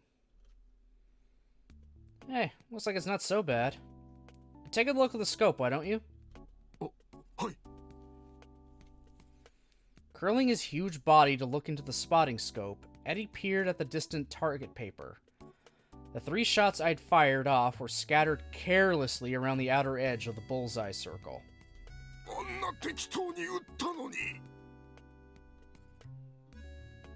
Well, that's why they landed all over the place. If I'd gone prone and focused, they all would have ended up going dead center. さすがであります、教員殿。やはりバッジ持ちは伊達ではないであります。 Not really. This is the only thing I'm good at, you know? そうなのでありますか。 If I had any other skills, I'd be in a different line of work. Maybe running a coffee shop or something. はあ、そうでありますか。 Guess doesn't make that much sense to you, huh? Well, whatever. In any case, you take that target paper and bring it to your squad leader. Just right, I scored 0 points at 300 yards, so I tried again at 250 on your report sheet. I'll stamp it for you. Pretty sure they don't fail you outright for hitting a bullseye at 250. ですが教員殿、それは規定違反では。 Oh my god, he just made the shots. Like, there you go, here's your new target paper. It actually hit the target, so you're not gonna fail. How old are you at this point? Still, something like that, yeah. I think you're supposed to be like, probably like 16-ish. Also, this gray-haired gentleman in front of us is also a teenager. He's just gray and very big, with the excuse of, he's a farm boy. He came from a farm. Lol, BS.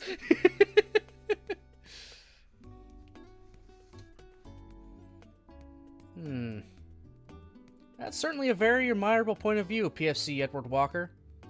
But tell me, have you ever heard this saying? In the military, it's all about knowing which corners to cut. And anyway, if your results don't improve, they're gonna say I'm a lousy instructor with no leadership qualities, you know? So don't get me wrong. It's not like I'm taking pity on you here or anything. 皮肉屋だな、あんた。 Go grab the damn thing and take it to your squad leader already. If they ask you why you suddenly managed to hit the target, just tell them you could see the wind or something. ご指導ありがとうございました。このゴンはいずれ戦場で必ずお返しいたします。 Very well. Dismissed. All your results in training influence the assessment you receive at graduation.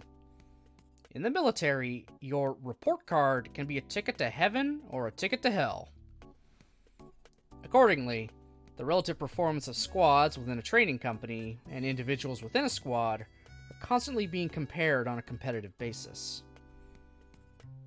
Squad leaders and instructors are military men and women, but they're also human beings. They tend to get attached to students under their direct supervision. At times, that parental affection probably acts as a lubricant that keeps the gears of the military machine turning. I wasn't sure exactly what happened to Edward Walker after that. Maybe we'd abruptly reunite in the field someday, with him as my superior officer. Smirking at the thought of calling in my debt with Sergeant Walker, I returned to my unit at Quantico in a relatively cheerful mood. Please don't use the words parental and lubricant in the same sentence, game.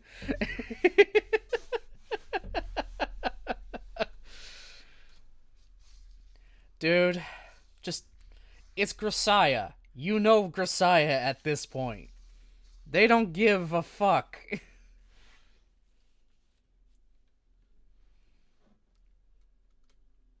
Oi, Shorty! Yay! Welcome back! Oh my god. With my stint as an instructor at an end, I came home to an enthusiastic welcome from the lovable punk known as Daniel Bone.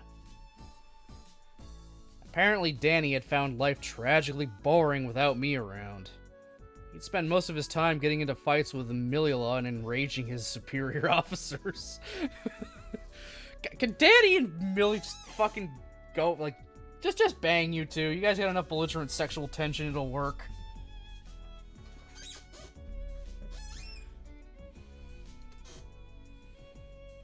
They eventually confined him to the ship, but he snuck ashore anyway, then proceeded to tear around town in his new car, party with women, and get himself into a drunken bar fight.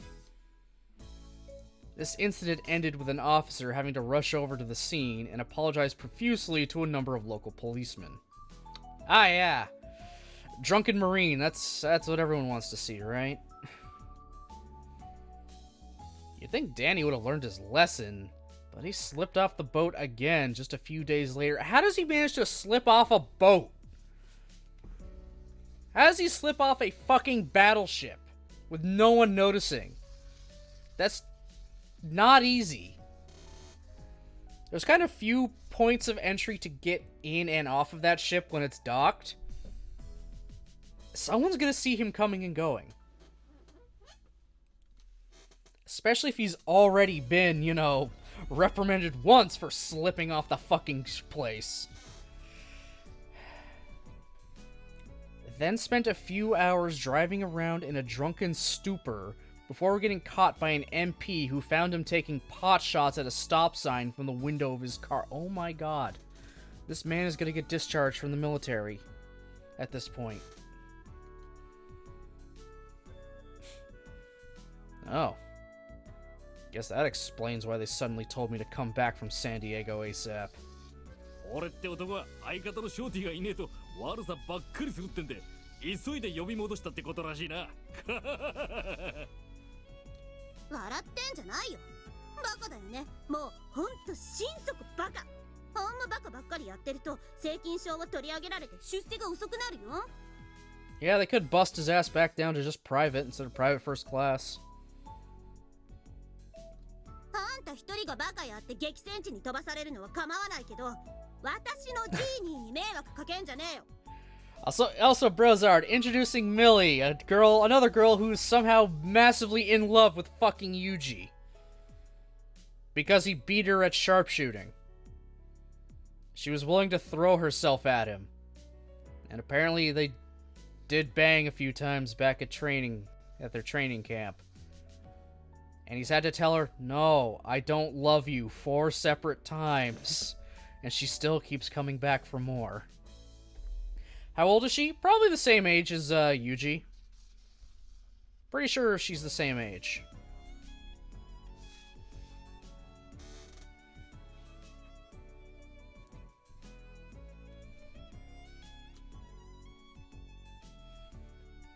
Well, no big deal. It's nothing I can't handle. Anyway, Milila, I'm back. おかえり、あなた。 Oh my god. 何があなただ。気安く女房気取りしてんじゃねえよ。ショーティーは俺の相棒。つまり野球のバッテリーでいや、俺の女房だ。俺のショーティーに色目使ってんじゃねえぞ。ゲリグソ女。だとやんのかこら。こらアホボケカス。いてまうぞこら。 Look, guys, I'm kinda tired. I think you're gonna have to excuse me. いやジーニー相変わらず冷たいのね。でもそういうの好き。 That's what I love about you. Oh my fucking god. Proto Michiru. She's not even tsundere. She's just angry all the time. But she is a self-proclaimed idiot. So yeah, she's kind of got Michiru traits and the Michiru faces.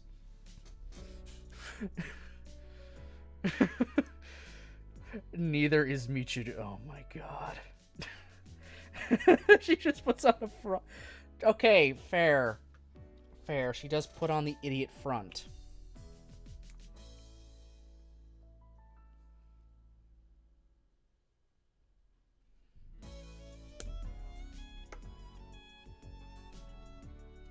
クソ豆野郎ぶっ飛ばしたらすぐに行くから先にシャワー浴びて待っててね。てめえどっから声出してんだよ、マジキメ。うふじゃねえ。うわくそ、うわくそ、マジでイラつく。なんだこいつ、やっべ、早く殺さねえと海軍のはずだ。Michiru cousin? Oh, good lord. んだと裏ボケ。ゾDanny gets the shit kicked out of him side of Michiru. She's got the idiot side of Michiru. But she's also got, like, the tenacity of fucking, Machina. Of just wanting to beat the shit out of people for no reason.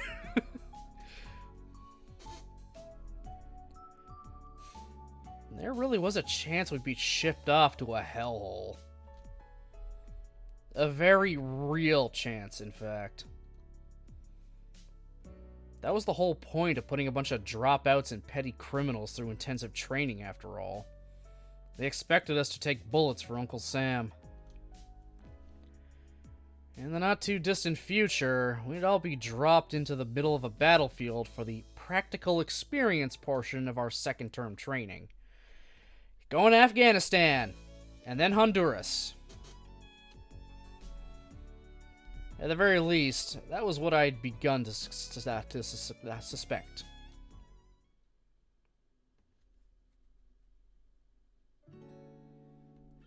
That said, the following 2 weeks passed peacefully enough. We were technically in the second half of our training period, but unless there was an operation of some sort taking place, everyone could freely invite their family to the ship on Sundays and holidays. A battleship is a national asset. A massive floating fortress paid for entirely with taxpayer funds. If the people wanted to take a look, it wouldn't do to completely refuse them. Except for classified areas, civilians were usually allowed to tour the ship. On this particular day, Danny's family was apparently coming for a visit. He'd woken up early, spent hours cleaning our living quarters, and was now pacing anxiously around the place in his neat ceremonial uniform. Every time the launch carrying visitors and supplies pulled up to the gangway, he'd get all fidgety, checking his hat and jacket in the mirror over and over. I even snap off a few smart salutes to nobody in particular. When I asked him who was coming, he said it was his mother and his younger sister. Danny had led a fairly wild and reckless life. The police had picked him up quite a few times, and he'd ended up in the courthouse more than once. It was pretty obvious how badly he wanted to show his family that he'd come up in the world. Eventually, the intercom speakers crackled to life, and the words, "Visitors for PFC Daniel Bone, present yourself at the gangway ASAP," echoed across the room. Before the announcement was even over, Danny had rushed out of his quarters, banging his head on the watertight door as he went. Damn. I myself didn't have any family to invite over, so off days could be more than a little awkward when I wasn't given the option to go ashore. Fending off questions about why I never had any visitors was annoying, for one thing. And when I saw my comrades proudly giving tours of the ship to their visiting families, I'd grow irritated for reasons I couldn't even understand. At times like these, I'd always head somewhere I could be alone. There were countless places to hide on a ship as large as this one. Unfortunately, most of them tended to be on the gloomy side. That was a problem, since I always took a paperback book with me. My master had instructed me to read books in well-lit areas, as snipers' eyes are their life, so I'd usually head for the smoking area out on the foredeck.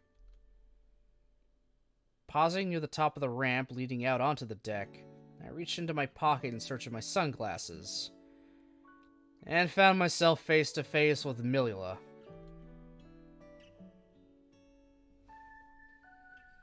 Hey, Milila. ジーニー、タバコ？ He doesn't smoke. He doesn't drink. You know I don't smoke, don't you? そうだったね。 What's wrong? You seem kinda down. 別になんでもないよ。 Let me guess, she invited her family, but they didn't show up. Right?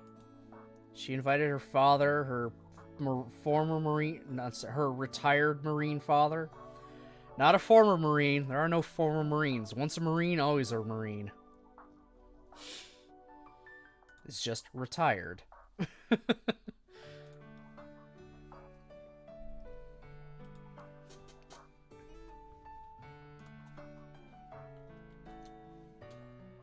Well, okay then.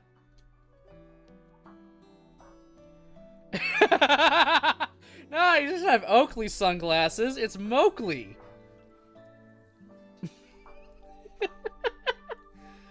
Slipping my Mowgli sunglasses onto my head, I started to walk off onto the foredeck. ちょっと、そうって、女がね、なんか真剣な顔してね。どっからどう見てもなんかありそうな顔してるのに、無理してなんでもないって言ってるのに、そうってひどいよジーニー。 Sorry, what? If there's something you want to say, just say it. さ、ジーニーは家族とかっている？ They're all dead. そうなんだ。じゃあ、私と同じだね。Huh? Oh. Okay, I guess her dad died then. Or has been dead for a bit. Sorry. Ah, now I get it. She was probably here for the same reason I was. I didn't exactly envy my comrades, but their questions about my family always seemed vaguely condescending. Even though I knew they didn't mean anything by it, I'd get irritated despite myself. Since I didn't want to admit that I was childish enough to get pissed off over nothing, I ran and hid instead. そういうことかって？ Like I said, it's the same for me. I know how you feel. 別に逃げ回ってるわけじゃないよ。ただ、なんていうか、私。 I understand. You don't have to say it. Finishing that sentence would require admitting to something she didn't really want to acknowledge. The moment it came out into the open, it would be hard to keep quiet any longer.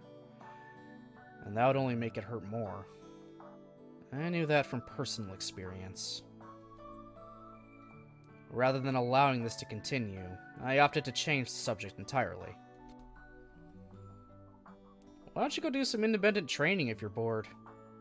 Feels like I haven't seen you shooting much lately. ライフルはやめちゃった。で Don't me. Why'd you quit? ジーニーに負けちゃったしね。私より上手な人間がいるなら、その人に任せるのが一番いいかなって思って。狙撃兵は2人いらないじゃん。I really don't think that's true. 別にジーニーのせいで辞めたってわけじゃないよ。むしろ逆っていうか、ずっとジーニーのそばにいられる仕事がしたいなって思ってさ。Like what? A spotter? それも考えたし、いいなって思ったんだけど、どうせならジーニーができない仕事がしたいよ。なんつうか、こう、俺これ苦手。そうだ、こんな時はミリーを呼ぼうって感じでさ。ジーニーは何か苦手なことってある？ Being a people person? Well, sure. I'm terrible at singing, for one thing. 私に歌手になれと？いや、なんか他には？ I have a hard time eating meat, I guess. いや、そういうんじゃなくてさ、他には？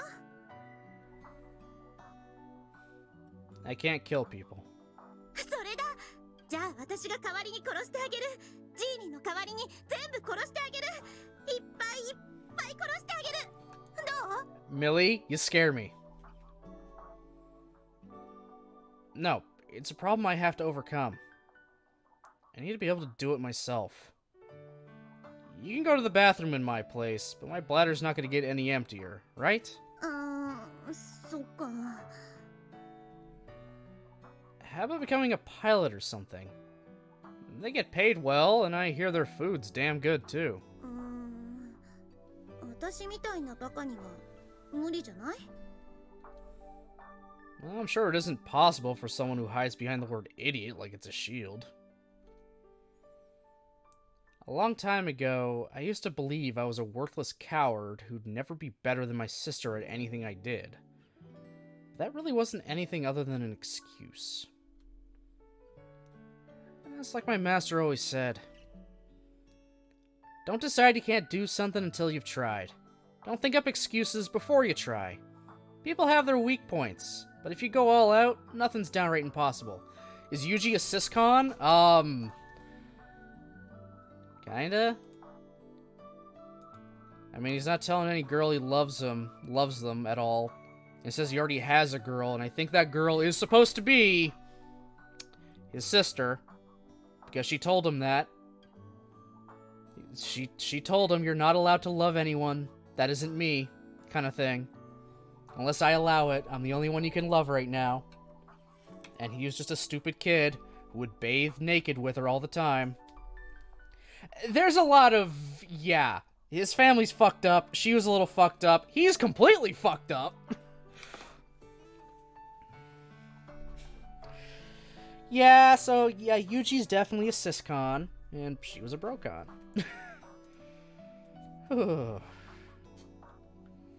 They gotta hit all the check boxes for this game, apparently. They gotta check them all.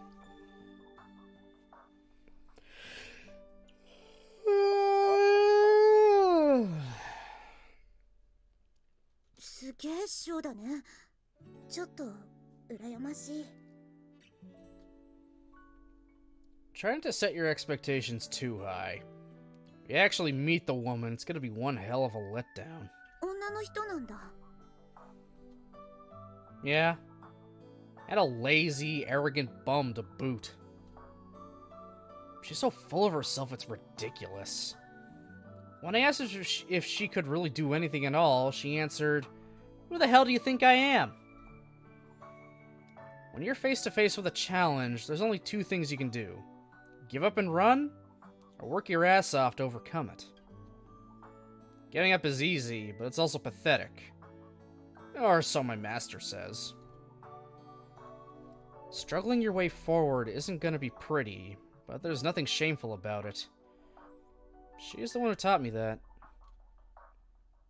So, even if she is an arrogant jerk, she's important to me. I can't really express this very well, but I think she's amazing. そっか。じゃあさ、もし私がパイロットになったら、ジーニー、私のこともすげえって思う？ Yeah, pretty sure I would. マジで？じゃあ、ちっと私も本気ってやつを出してみよっかな。 Trying embarrassingly hard might be a nice change of pace for once or in a while. Right? Yeah, I'm getting tongue-tied.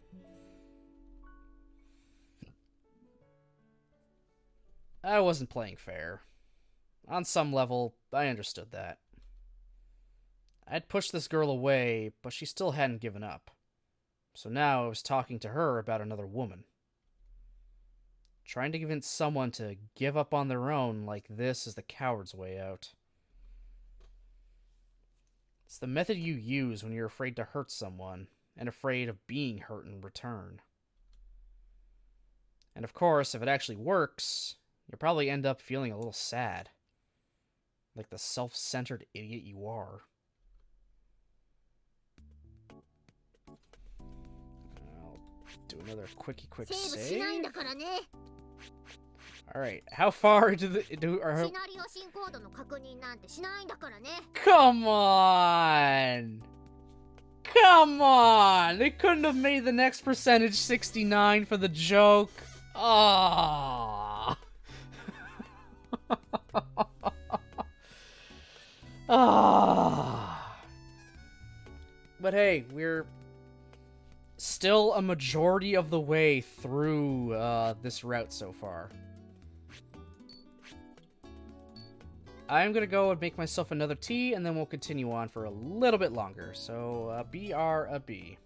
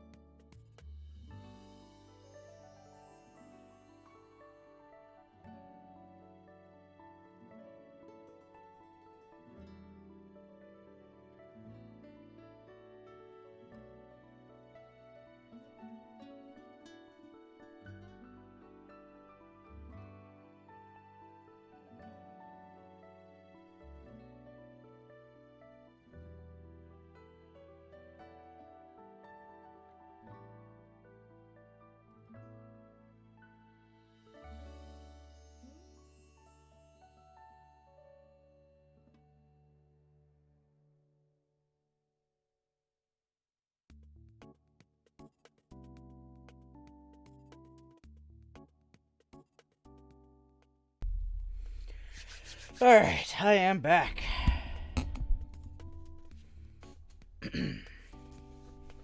Let's just continue on for a bit.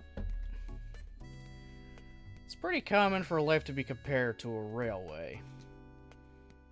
In that case, I suppose people would be the trains that ride it. You move along steadily, pulling an ever-increasing load of freight behind you. Sometimes you're chugging up a steep slope. Sometimes you're gliding effortlessly downhill, gathering momentum for the next challenge. I didn't expect things would be any different going forward. For a while, we'd been on a downhill stretch, growing used to the repetitive rhythms of military life. But then, just as our confidence was beginning to grow, our second-term postings were finally decided, and our deployment in actual combat began. Although our posting had been finalized, we apparently weren't important enough to even be informed where we'd be going.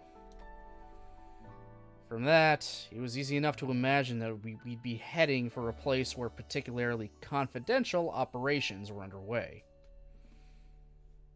And judging from the rumors leaking out of the NCO room, Afghanistan seemed to be a likely possibility.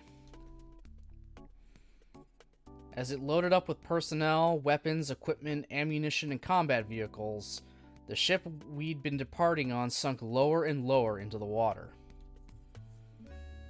The XO stood by as the cargo streamed aboard, adjusting the ship's trim with a calculator in his hand.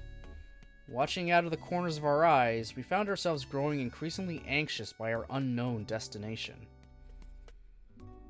This would be our first visit to an actual battlefield, our first real taste of combat. It wasn't just training anymore. Even a small mistake might cost us our lives. Even so, we tried our best to keep our nerves under control. Danny, for one, was relaxed enough to get caught pissing in the scupper by the first lieutenant. Okay, what the hell is a scupper?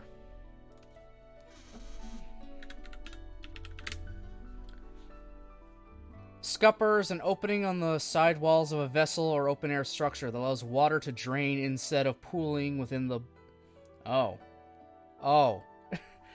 A hole in the ship's side to carry water overboard from the deck. Oh my god. Daddy, what the fuck, dude? Stop pissing in the ship hallways and crap. The ship we'd boarded had a crew of about 250, and it was carrying maybe 100 Marines for deployment. They told us we'd all be joining a mixed force that was being reorganized in the field, but when I looked around, my classmates Danny and Millie were the only familiar faces. そういえばよ、俺らと同期で同じ小隊に配属される奴がもう一人この船に乗っているらしいぞ。Daniel Bone was a man with a habit of causing trouble anywhere he went.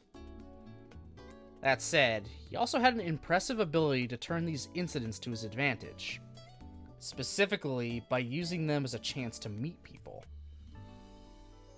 He was a genuine extrovert, constantly making new buddies of all sorts under the most unexpected of circumstances. In fact, the rumor we were currently discussing had apparently come to him through the very officer who found him using the scupper as a urinal. Yeah. Somehow or other, Danny always found the silver lining. 私らと同期って何番？名前は？確か第3班つってたな。名前はロバート・ウォルソン。聞いたことないか？知らないな。Well, it's not that surprising if he was in a different squad. But what kind of a person is he? 俺も噂でしか聞いたことはないが、確か不死者のロビー、イモータルロビーという二つ名を持つ男だって聞いたぜ。イモータルか。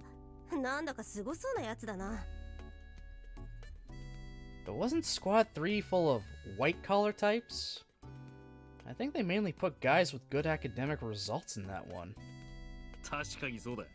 だいたい俺は喧嘩が強そうなやつには片っ端から声をかけて時にはぶっ飛ばして回ったもんだが Oh my god, Danny. 同期の中にそんなすげえやつがいたとは気がつかなかったぜ。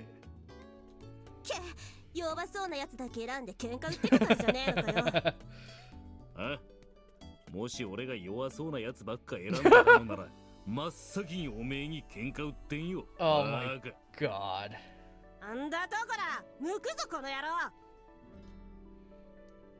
Anyway, if he's on this boat with the same destination as us, can't we just look him up on a computer? 確か同じ居住区にパソコン持ち込んでるやつがいたよな。そいつに調べてもらおうぜ。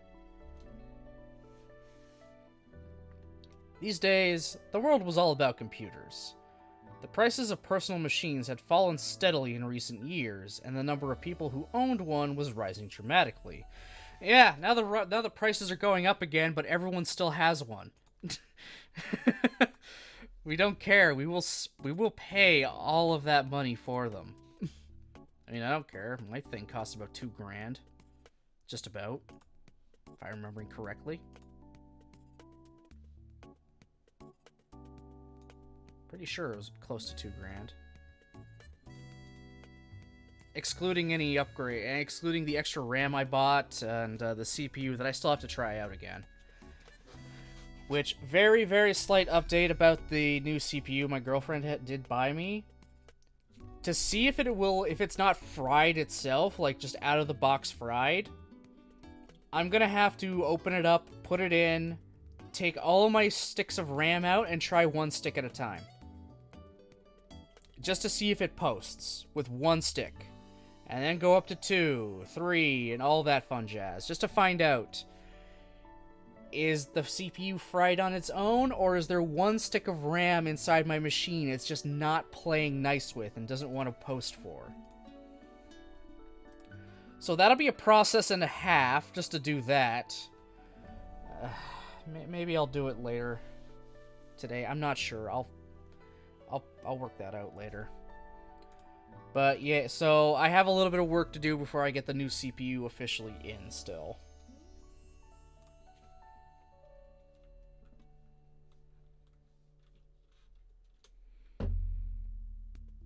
Of course, that applied to the military as well. The Navy in particular seemed to attract an unusually high proportion of computer geeks. Every time you walk through a common space on an off day, you'd see plenty of people playing games on portable machines or home consoles. Why not?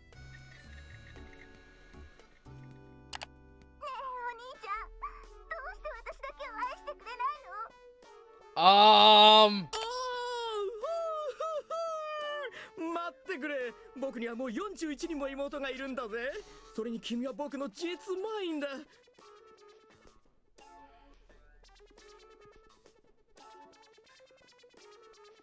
I already have 41 emoto.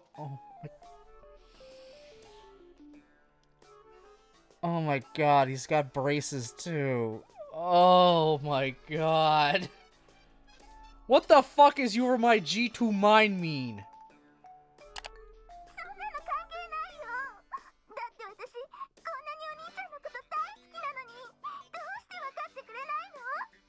Yeah, 分かってるさ、AI。僕だってずっと君のことラビニューだった。でも分かってほしい。僕はヘザーレイなんだ。実前は回避したいんだよ。お兄ちゃん、全然分かってないよ。アイリは本気だよ。嘘じゃないもん。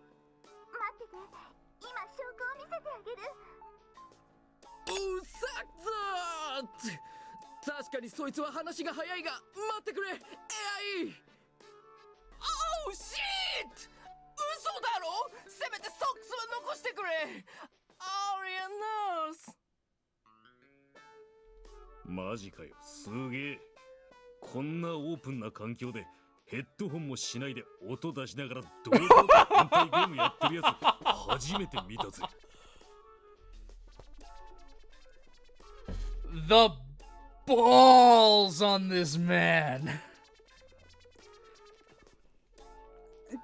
つか、こいつ頭大丈夫なのか？さっきからずっと画面に向かって話しかけてんし。 Yeah. Who talks to their computer screen all day? Who plays a game and talks back as the game talks to them? What kind of crazy person would do that? What kind of crazy person would? Don't look at me like that. I know what I'm about. そもそも何を言ってるか全然わかんねえ。こいつは何語で話してるんだ？ Japanese, maybe? The first thing that came to mind when I heard G2 Mine was a next generation explosive device. But maybe he was just mangling the word Jitsumai, or actual sister? The little sister inside the game seemed to be named Ari, which she was mispronouncing as Airy. Hezare was probably Hetare, or spineless. And Arian Naiso would be... what exactly? I was a little lost there myself. まあいい。とりあえずおい。おい、これメガネ。お前だお前。返事しろ。つうかこっち向け。Put your cock away, we need your PC for a minute.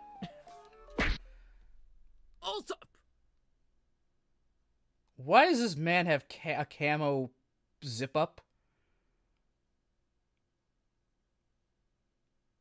Oh my fucking god. Oh my fucking god. Not what I wanted to do. Guys, look what he's wearing. This motherfucker has a Tuna Fish Man shirt. He has a Tuna Fish Man shirt. Are you kidding me? Oh, God. Of course he would. Of course he would have a shirt about a local superhero from Japan while being an American nerd. You can't make this shit up. 今なんで殴ったし？画面の中の彼女とお楽しみのところ悪いが、ちょっとその自慢の PC で調べてほしいことがある。Well, okay, I wasn't paying close enough attention to get the reference. Tuna Fish Man, Machina's and Sachi's favorite show. Good old Maguro, man. Just hucks pieces of himself at the General's... I think it was General Spare Ribs. God. That's it. This guy is deep into that weeb culture if he's grabbing prefecture specific cartoon superheroes.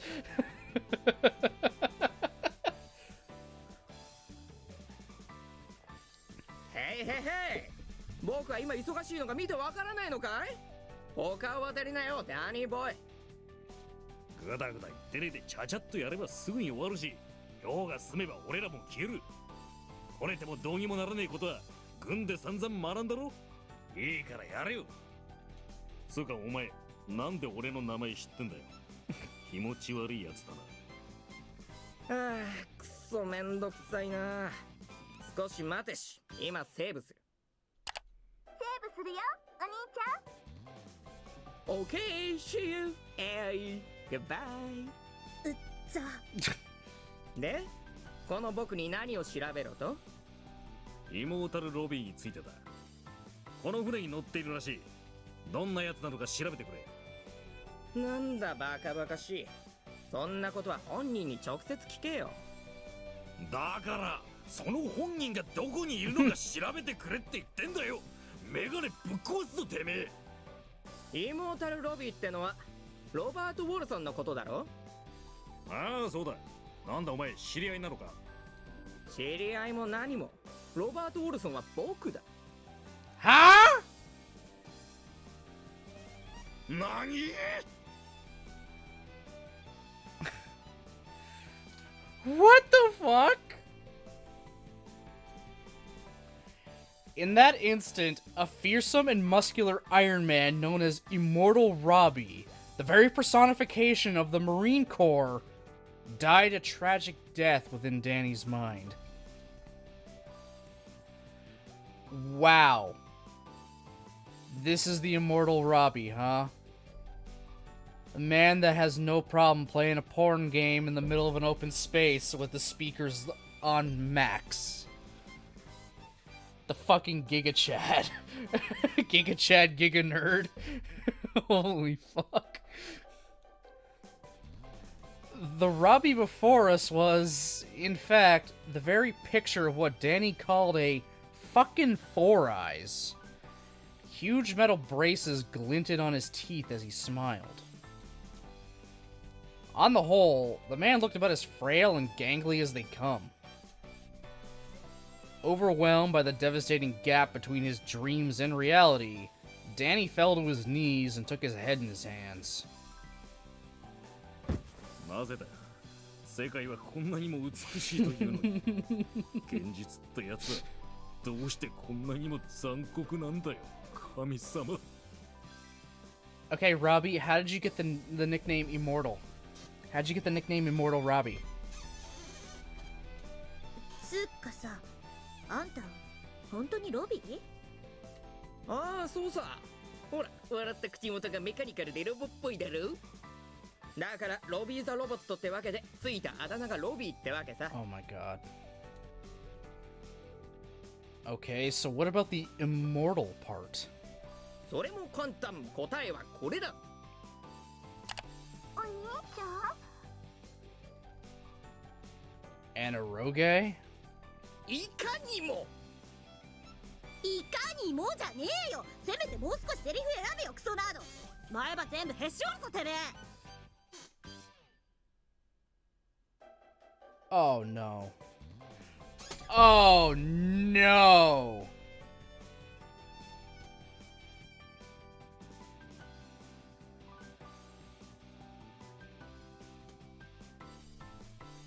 It probably is Immoral Robbie. They just heard it wrong. Sorry, I still don't get it. 僕の属性は妹萌えだからね。Emoto Moe Loyalist? Are you fucking kidding me?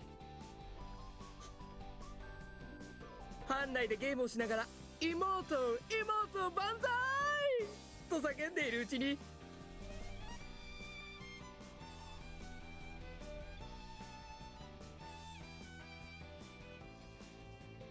You gotta be kidding me. This man shouts Emoto and everyone thought he was shouting Immortal.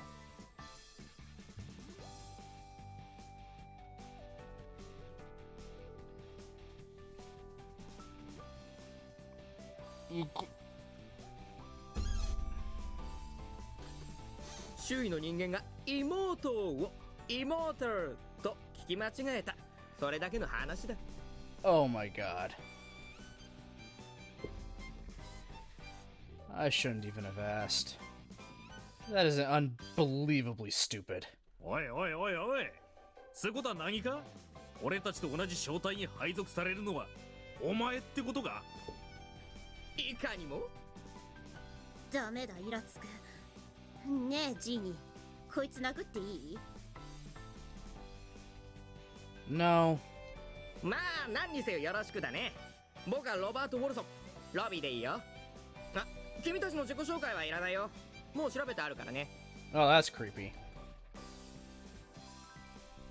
Robert Wilson. Above all else, he was a devoted Japanimation otaku and lover of hentai games. What the fuck?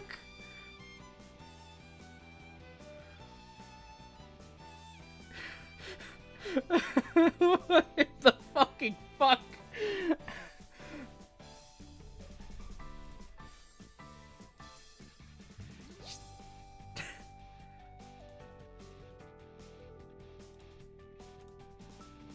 I can't believe this is a real fucking thing.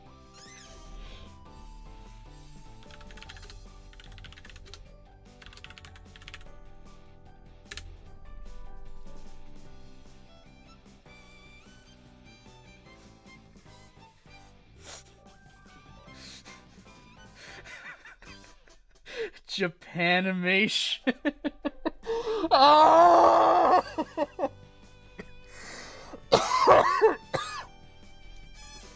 And they localized it like that.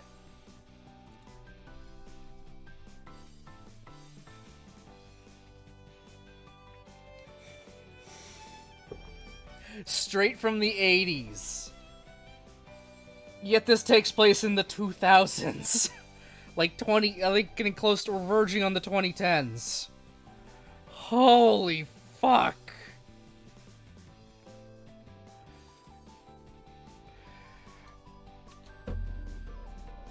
When it came to otaku culture, his passion was second to none.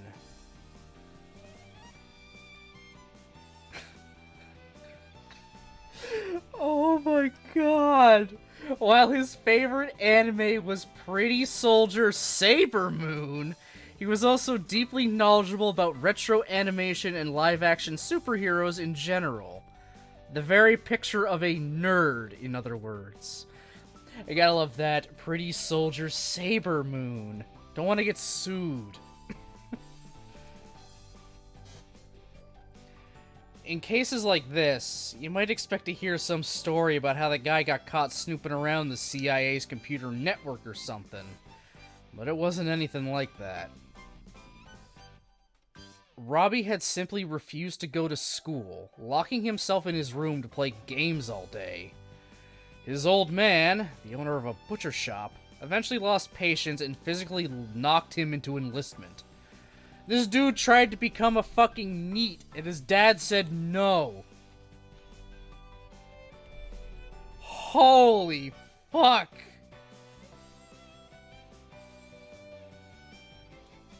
Holy fuck.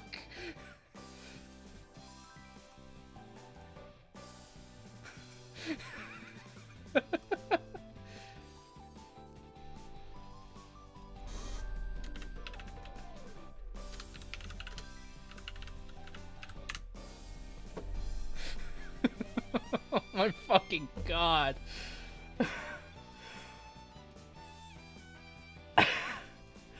I wish I could make this shit up, but I can't.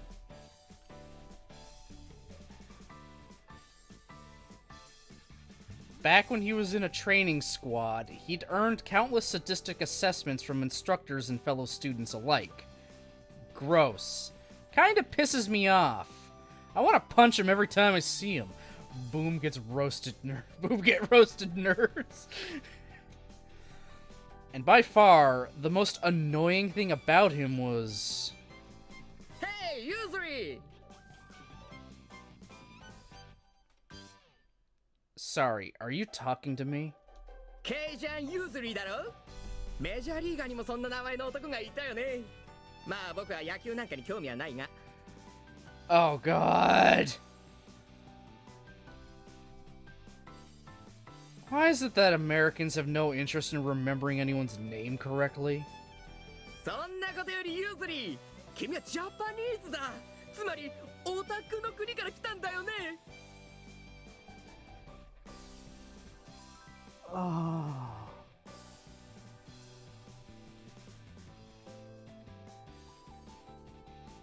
Is it bad that I'm getting secondhand embarrassment? Is it bad that I'm getting secondhand embarrassment from a game?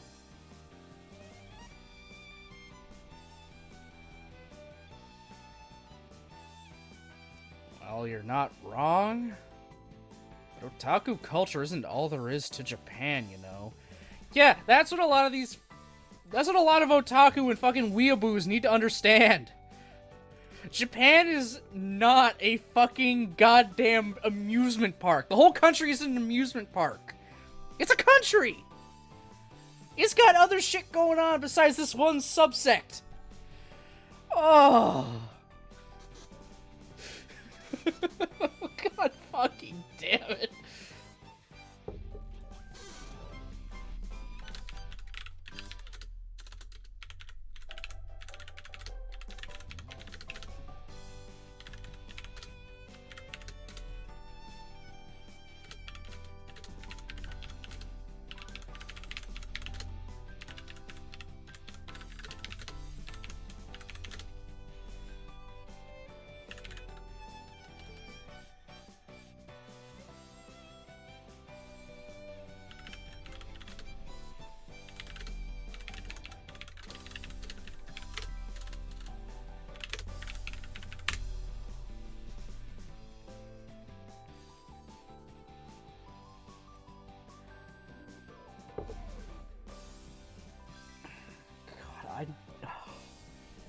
Good lord. もちろん分かっているさ。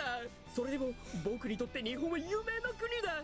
そして君は神の国ジャパンから来たんだ。ぜひ日本の話を聞かせてくれ。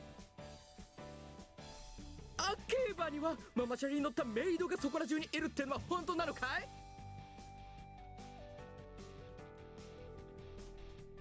From what little from what I saw of Akihabara, I didn't see maids riding bicycles.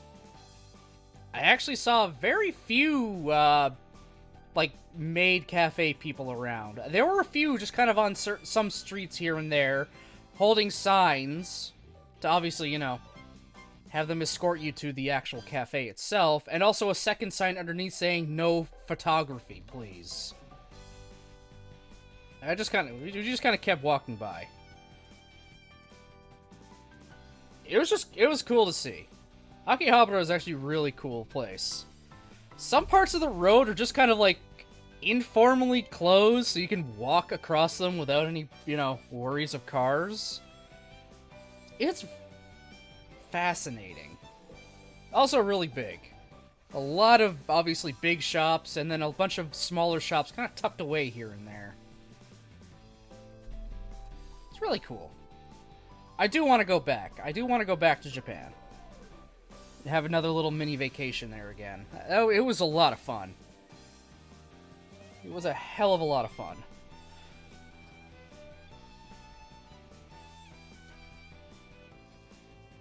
Who gives a damn? God, you're annoying. Being in the same platoon as this guy didn't exactly fill me with confidence about what lay ahead. Were we seriously gonna manage with a group like this? We had the wild child from Arizona, Daniel Bone. The bimbo and general dimwit, Milila Stanfield. And the otaku Four Eyes, Robert Wolson. At present, the squad was already shaping up to be one giant lump of problems. And despite my smug evaluation of everyone around me, it's not like I was much better. Rounding out the team was Yuji Kazami, the cowardly sniper who couldn't bring himself to kill. As it happened, this particular weakness would be exposed not long after we landed, as we trekked through the jungle toward our rendezvous point. Hey, Shorty! 見ろよ、でかい鳥がいるぜ。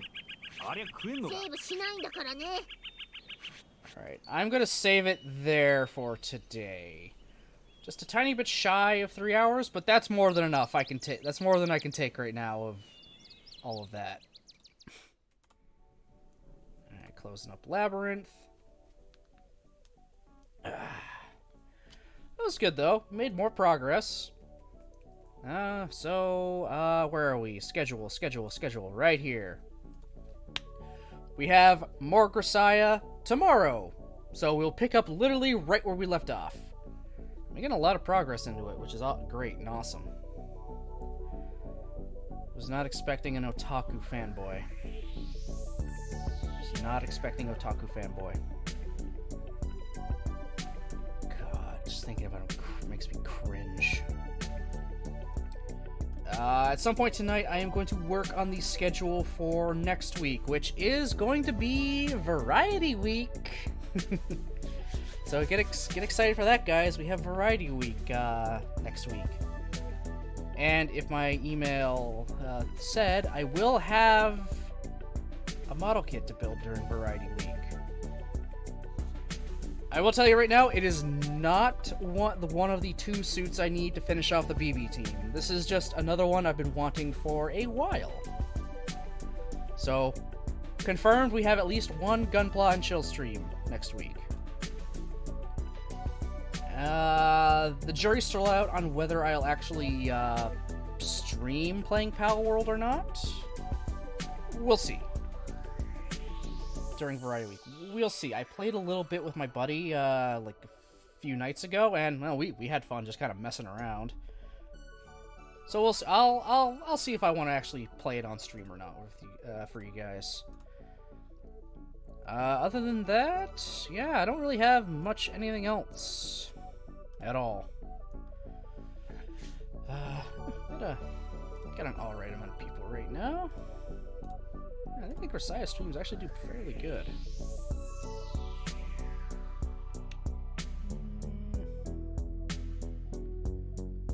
Nah, I'm not gonna bother stream. I'm not gonna bother raiding out. That's okay. Maybe next time. So, thanks, everybody for watching, commenting, and lurking. Appreciate it very, very much. Again, next time you guys see me should be tomorrow at 10 for some more of Grisaia. So, I hope everyone has themselves a great rest of their day, and I'll see you next time.